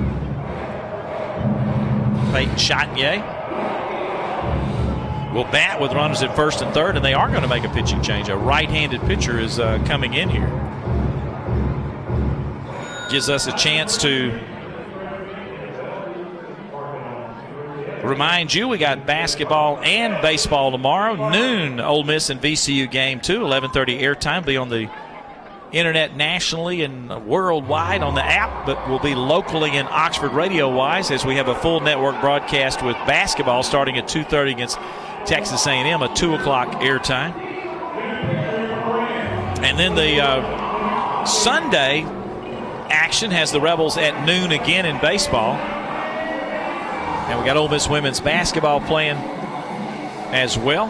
I believe Coach Yo's got a great video out there on Twitter encouraging you to come. We need a packed house for the women on Sunday too. The Rebels hosting #1 in the nation, South Carolina. So we hope you'll make your plans to check that out. Lost to South Carolina there. We need to repay them, get the split as the SEC tournament for the women coming up. This will be the last home game of the year. Senior day for our women's team too. And boy, they've had a phenomenal season. Really played well. Had a big lopsided victory over Auburn this week, 72-52 on the road.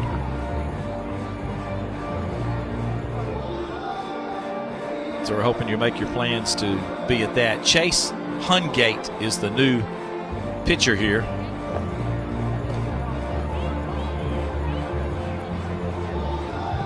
And he will inherit runners at the corners and no outs, and Chatagnier at the top of the order. It's a right-handed pitcher as he warms up.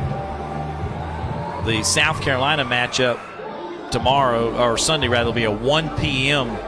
tip-off from the Sandy and John Black Pavilion, and Graham Doty will have the call radio-wise, 12:45 pregame here in Oxford. What does this guy throw, Hindu? Well, his fastball's 82-86, David. The slider's 76-79, changeup 75-78, but he is a true side armor. I guess a side armor, you want to make the ball be up. Fourth pitcher used. Perkins just faced one guy and came out. Hungate. Pitch to Chatagnier outside for ball 1. Chase Hungate from Abingdon, Virginia, freshman.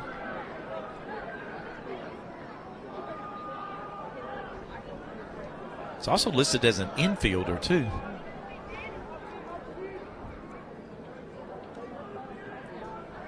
From the stretches up 1-0. In there for a striking account, 1-1. Hungate has a win on the year. He's 1-0. Making his second appearance in relief. 3 innings of work, 3 hits, 2 runs unearned, 4 strikeouts, no walks for Hungate.